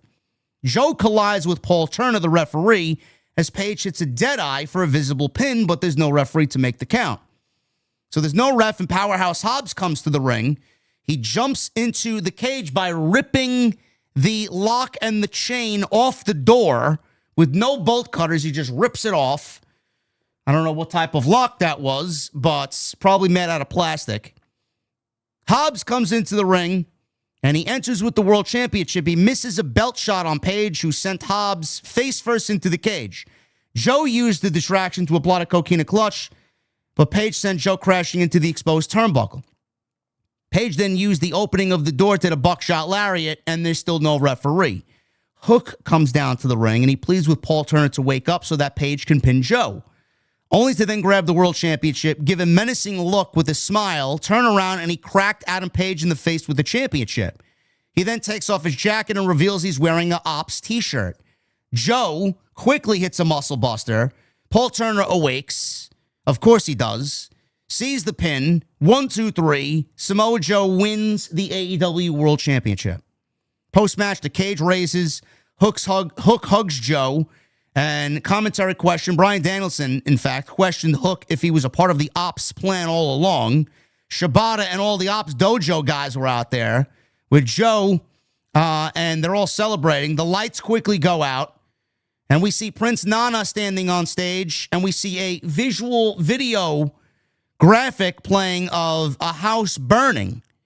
So I knew at this point it wasn't MJF, which we all anticipated. It was Swerve who made his return. So he's got new theme music, which is great to see because he should come back with a fresh coat of paint, and they change his theme music. Nana's doing the Swerve dance. Joe is standing in the ring with the World Championship over his shoulder, visual of blood just running down his face. Joe tells everyone to step aside and welcomes Swerve into the ring, pointing at the still motionless Page. Look at what I did to your friend. So Strickland slowly takes off his jacket, and he starts a brawl with all of the Ops Dojo guys, which looked fucking ridiculous. It looked like a circus out there with him beating up a fucking multitude of guys. There had to be at least 8 or 9 guys out there. And he's beating up all these guys. It's like a clown circus. So Joe, Hobbs, Shibata, and Hook all bail. He leaves all these guys with Swerve, took care of all of them. Page took care of the last guy before standing tall with Swerve to stare down Joe at the ramp with the Ops as the show goes off the air. I'll let you start, Jesse. Joe's the new world champion. Good or bad decision? Well, they weren't really doing much with Hangman anymore. And I just didn't understand putting the title on Joe. Like, what was the plan going forward from here? But we didn't know about Swerve coming back. So Swerve coming back to feud with Joe as champion. Okay, it makes sense. They got Swerve back. They have a plan for him. So we have a new main event feud for the foreseeable future. So it's fine. It's fine. I think they've run their course with Hangman. They had nothing more to do with him. They didn't do enough with him, but that's a whole different story for a different day. So, but I don't know. I didn't see a reason why you would beat Joe last month, turn him heel, and then beat him again either. So, I mean, I guess it makes sense. I mean, why would you turn him heel and then beat him again? But I'm just like, well, what are you going to do with him? Now, I know you were like, well, feud him with MJF. And I'm just sitting there like, that makes no fucking sense. No, heel versus heel, no. No, you're going to feud 2 fucking heels over. No, it makes and nobody wants to see MJF come back as a babyface. Nobody. No, exactly. No. So Swerve coming back, then the pieces kind of come together and it makes sense as to why they lifted the title from Hangman. You know, I think he did the best with what they gave him to work with, but they didn't give him enough to work with. So, move on to Joe. I'm not sure how much Joe's going to get accomplished here, but could be just a transitional champion just to get the title on the Swerve, and that Swerve hold it until MJF comes back. Swerve gives the AEW main event scene some of its star power back. He looks great, and I don't have a problem with short title reigns. This is something WWE could really use as well. Having Joe beat Page here to hold the championship for a month to drop it to Swerve is something that is okay in my book. And if you want to stretch this to Revolution, you could even do it there. You don't have to have him drop the championship. I think Joe's a great heel champion. Give Swerve a little bit of a chase. Do I trust them in telling a story over that long period of time? No, I don't. I would just rather them get it over with and have it end at World's End. So Swerve being the champion with the eventual MJF return, and one of your first major programs at the top of the card for 2026 is potentially MJF and Swerve Strickland, who have come across each other and walked past each other a couple of times and have teased this match happening. So I am all in on that. And then obviously, hopefully, if you could get back to action, that would be Will Ospreay. I mean, you go from Swerve to MJF to Will Ospreay. I'm hoping that we get an MJF Will Ospreay main event at All In at Wembley this year, or next year rather. I think that's the way that AEW's main event needs to play out. Whether or not that happens at Revolution, at Dynasty, I don't know. We don't know when the Ace is coming back. But Swerve and Joe at World's End, where Swerve already took the belt off of Samoa Joe at Dynasty last year, so it's kind of rekindling that. And it's going to happen again. And Joe, remember, Joe took the belt from MJF. So his world may be ending at World's End. So we got to see where they go. But I do like the visual of Swerve and Page, Jesse. I do like the fact that we got some semblance of a story there. And it looks like we may get Eddie Kingston involved because I don't know what the fuck they were doing with him for all these months. So if it's Eddie Kingston, Swerve, and Hangman against Joe, Hook, and Hobbs, I mean, that's a nice little program at the top. It gets Eddie Kingston back to the main event. We got Swerve and Adam Page together, which to me is one of the best stories in AEW history. And two characters that really feed well off each other, and I think they operate best when they are with each other, whether they are on the same team or against each other. So it looks promising right now at the top of the card. We got to see what happens on Wednesday with Swerve's explanation and what he thinks about Page losing the championship and why he's back. But I'm at least intrigued here. I'm glad he's back, and I'm glad that we have at least a little bit of a story going into the next pay-per-view. Yeah, no, we got something fresh coming in because, it's been very stale and redundant at the top of the card for the last few months. So this is the start of it. I'm hoping that MJF will come back soon after this. I know he said that we're not looking at Ospreay coming back until, hopefully early next year. So slowly but surely, we're getting the top stars back. They got to start making a few new ones. Man. And we'll see where it goes. See where it goes. Maybe they're gonna start doing that with the Mark Briscoe. Although I can't see Mark Briscoe at the top of the card, but as he holds a title, his matches should hold a little bit more importance. So hopefully they give him the story to go with them, though. Yeah. So that is your Full Gear breakdown and Full Gear review. Hopefully you guys enjoyed tonight's stream and took something away from it. Hopefully we broke it down the way that you want. Obviously, different opinion on some things, but all in all, I thought what AEW did was okay tonight. It wasn't some groundbreaking show. It wasn't one of their best by any stretch of the imagination, but we got some good wrestling tonight. We got some over-the-top spots. We got a new world champion, so a lot of it was newsworthy. So we will definitely revisit this on Wednesday and see where they go going into the World's End pay-per-view. And the Continental Classic starts on Wednesday. So we got that and the Tag Team Title Women's Tournament playing out. So they got a couple things going on. And I think on Monday, we will find out the field for the Continental Classic. So it's going to be a busy week for AEW. We got you covered not only with this show, but on Wednesday with Dynamite. We'll be back live with you covering the show on Wednesday. Jesse, I want to thank you for joining us. If you want to head on out of here, because I know it's late, I will give you the opportunity to leave and go get some rest if you want. No, I'm going to stick around, man. I'll be here. All right. Let's get into the super chats, and we thank you guys very much. Please get them on in and hang out with us. Make sure you follow us on social media at JD from NY206, Twitter, Instagram, TikTok, and Cameo at Chi-Town Smark. Go follow him on Twitter and on YouTube as well. Same at Chi-Town Smark. Go and hit that subscribe button over there. And please make sure you follow him on Twitch as well, where he will be gaming some Call of Duty, some Fortnite, some Destiny. You know the deal. And there it is in the chat. And make sure you guys go check out all the content on this channel. There's plenty of it. There is a bunch of streams. We break down the Tony Khan Ariel Helwani interview. Lots of stuff. And we got a busy week coming up next week because it is Survivor Series week. And it's Thanksgiving. So it's going to be a busy week. Let's get into these super chats. Hit that thumbs up. Let's try for 1,000 likes. We're at 830. I know you guys can get the remaining 170. So please do that. Michael Krause with a $2 super chat. JD, Jesse, thanks for the review. OTS. Let's go. Yeah. Thank you, Michael. Michelle with a 5. So Darby can beat Mox, even with all the Death Riders against him, but can't beat Pac, who only had Yuta. What the hell is TK thinking there? I don't know. Darby was kind of exposed tonight, no? He had the bells and whistles taken away from him? Yeah, he was out of his element. Yeah. He was out of the hardcore element. He had to do a wrestling match. Yeah. When he got blindsided by a weapon, he didn't know it was going to be there. So, Nate Kris with a $5 super chat. I only watch AEW pay-per-views live for free, but my God, refs are so fucking annoying. They always want to be in frame as a lead, and Aubrey is worst. Look at me energy. Yeah, Aubrey's a little obnoxious. I don't get that from anybody else. I just think the rest of the referees are fucking dumb and lazy. They have no wherewithal at all. Joseph Taylor with a $10 super chat. FTR vs. Brody King and Bandito match of the night. Tony said whenever he wants to do a stadium show, he'll probably want to be in Sky Dome so he could get 40,000 people inside the dome to stick it to WWE. Is that what he said?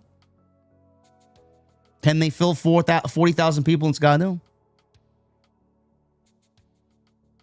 Maybe. They usually do well in Canada. It's news to me. I don't know. Tony Brown with a $5 super chat. Young men, I've had a tough day. I lost my only sister this evening. My brother-in-law discovered you and Jesse because of me. His name is Frank. Well, shout out to Frank, number one. And number two, Tony, I am very sorry about your sister, brother. Very sorry. So sorry, Tony Brown, man. We are with you, bro. If you need anything, you know where to find us, for sure. FN Raw. Thank you for the $100 super chat, brother. Appreciate you being here tonight. Based with a new membership. Thank you, Based. Shane Brown, 8066 with 35 months. Can't believe I'm wasting this 35-month super chat. All I can say is this show sucked. I fell asleep at least 3 different times. The ending was not good. Well, Joe winning the championship is all right by me, but Swerve and the fucking Ops Geeks, yeah, that was ridiculous. That looked like a fucking comedy show out there. But thank you, Shane. Base Beers with a 2. Whiskey and Coke. You know the deal, bro. You know the deal. Can't go wrong with that. Ryan Sully with a new membership. Thank you, Ryan. Matt Eagle with a $4.99. It's so sad that Page was looked at as the rescuer of AEW, only to have a forgetful reign with 0 direction after All In. Yeah, it's pretty sad. Yeah. They had no plan coming out of All In. 0 plan. The reason why is I think Tony wanted Darby in that spot. Tony didn't want either Ospreay or Page for that spot, and he went with his gut, and he went with Page because of the Cowboy in Texas. But that spot was meant for Darby, but he opted to let Darby climb Mount Everest. So you get what you get. Yeah.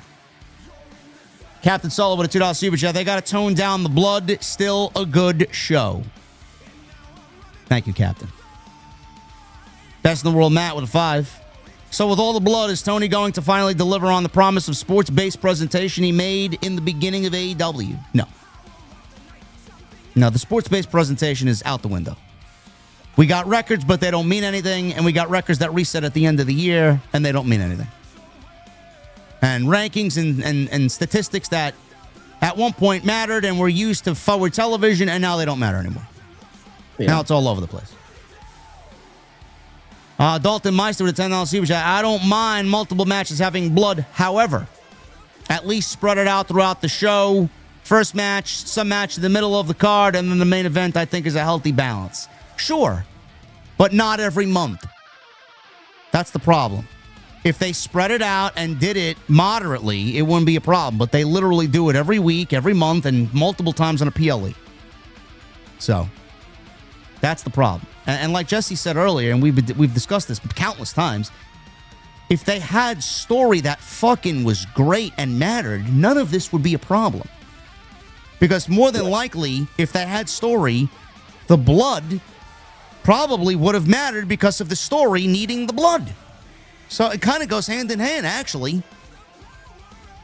It's up to them to tell the story, and they refuse to. But when you get nothing but blood and no story, then it starts to look ridiculous. And then they do it multiple times in multiple matches that don't have any story, and it looks ridiculous. Angel, thank you for the 150, brother. Appreciate you being here. Base Beer says, no yeet. Lashley and Shelton should be in the title picture. For the world title, Lashley should be, yes. But Shelton, no. Shelton, I could see holding a national title or a TNT title. NM949 with a $5 super chat. Does Jesse know pro wrestling is supposed to simulate a fight and that it's a work and there shouldn't always be blood? You simulated blood. There was not an excessive blood in the Attitude Era. Main eventers blood, not every show. AEW has low and mid-card guys bleeding. It's a crutch.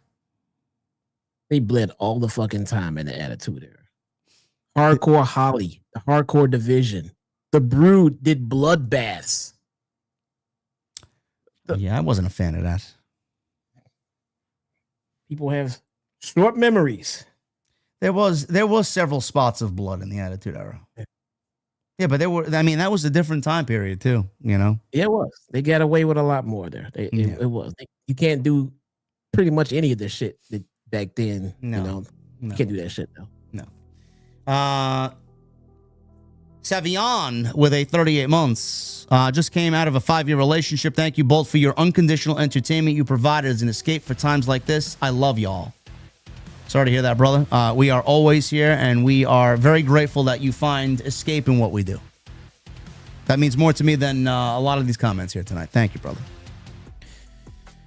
K. Brown with a $20 super chat. Hey, guys, I just want to say great job. Just got front row seats to World's End for me and my girlfriend celebrating our 4-year anniversary. I'm going to pop the question at the show. Thank you for all that you guys do. Well, look at that. Good luck, man. That's kind of not a World's End situation. It's a world's beginning, you know? It's a life beginning there. It's great. Depending on her answer, I guess. Yeah, I guess. Yeah, we don't know. Base Beers with a 2. OTS Wrestling Promotion. Jey Uso as the centerpiece. Never.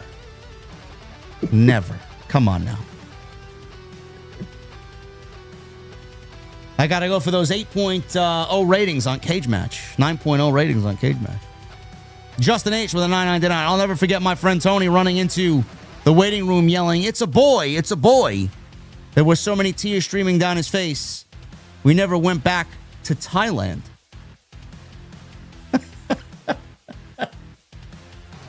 Yeah, I don't. Nothing I want to be a part of there, bro. Nothing. Christopher Smith with a $5 super chat.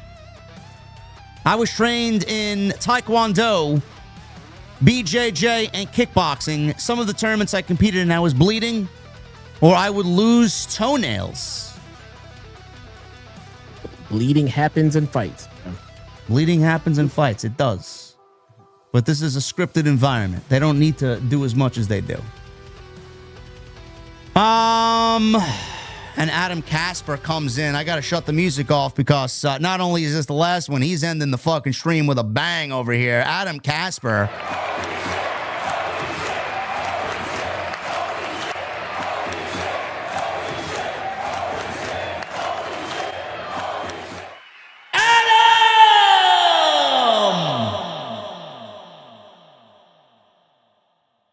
Casper with a $100 super chat. Happy Sunday morning, JD and Jesse. Always an awesome post show to listen to and watch. Haven't really cared about wrestling in the last few months, but at least Kris Statlander won. She did. And she won big. Honestly. And it was the right outcome. No doubt about it. Anyway, man, that's all we got. We're getting out of here. Yeah. What do you got to say, man? You want to say anything to the people before we get the fuck out of here? And we see them on Wednesday. Let's get the fuck, man. Get out of here, guys. Hey, if you stayed up this late, man, you are a fucking OTS sicko, man. We got a lot of sickos, man. We still got 2,000 in here. You guys are nuts, bruh. We will see you guys on Wednesday. Join me. I'll be doing a watch along for Raw, and I'll be doing some Twitch stuff throughout the week. Stay tuned. There you go. I may even find myself on Twitch in the next week or so, man, streaming some Black Ops 7 and some Arc Raiders. There you go. Loving some Arc Raiders, man. So, yeah, look forward to that. Thank you guys for all the support tonight. Thank you guys for a great discussion. Thank you guys for a great stream. Thank you guys for the support tonight. Make sure you guys hit that thumbs up. Follow us on social media at JD from NY206. I'm on Twitter, Instagram, TikTok, and Cameo. Jesse's on X at ShotTownSmark. And on YouTube, make sure you guys follow him on his channel and on Twitch. Leave a comment down below. Let me know what you guys thought of tonight's AEW Full Gear. Let us know what you thought of tonight's discussion here. And go check out all the other content on the channel. Plenty of it. I will be back again live with you. I'm taking tomorrow off. Unless there's some major breaking news that needs a video, I'll be taking tomorrow off. And I'll see you guys for a big Monday Night Raw. On Monday, we'll be live. And it's going to be a busy week. Survivor Series week should be a good one. Again, thank you guys very much. Hit that thumbs up. Leave a comment down below. Go check out the stuff on the channel. And I will see you back live right here on Monday night with the Monday Night Raw post show on Off the Script. We'll see you guys later.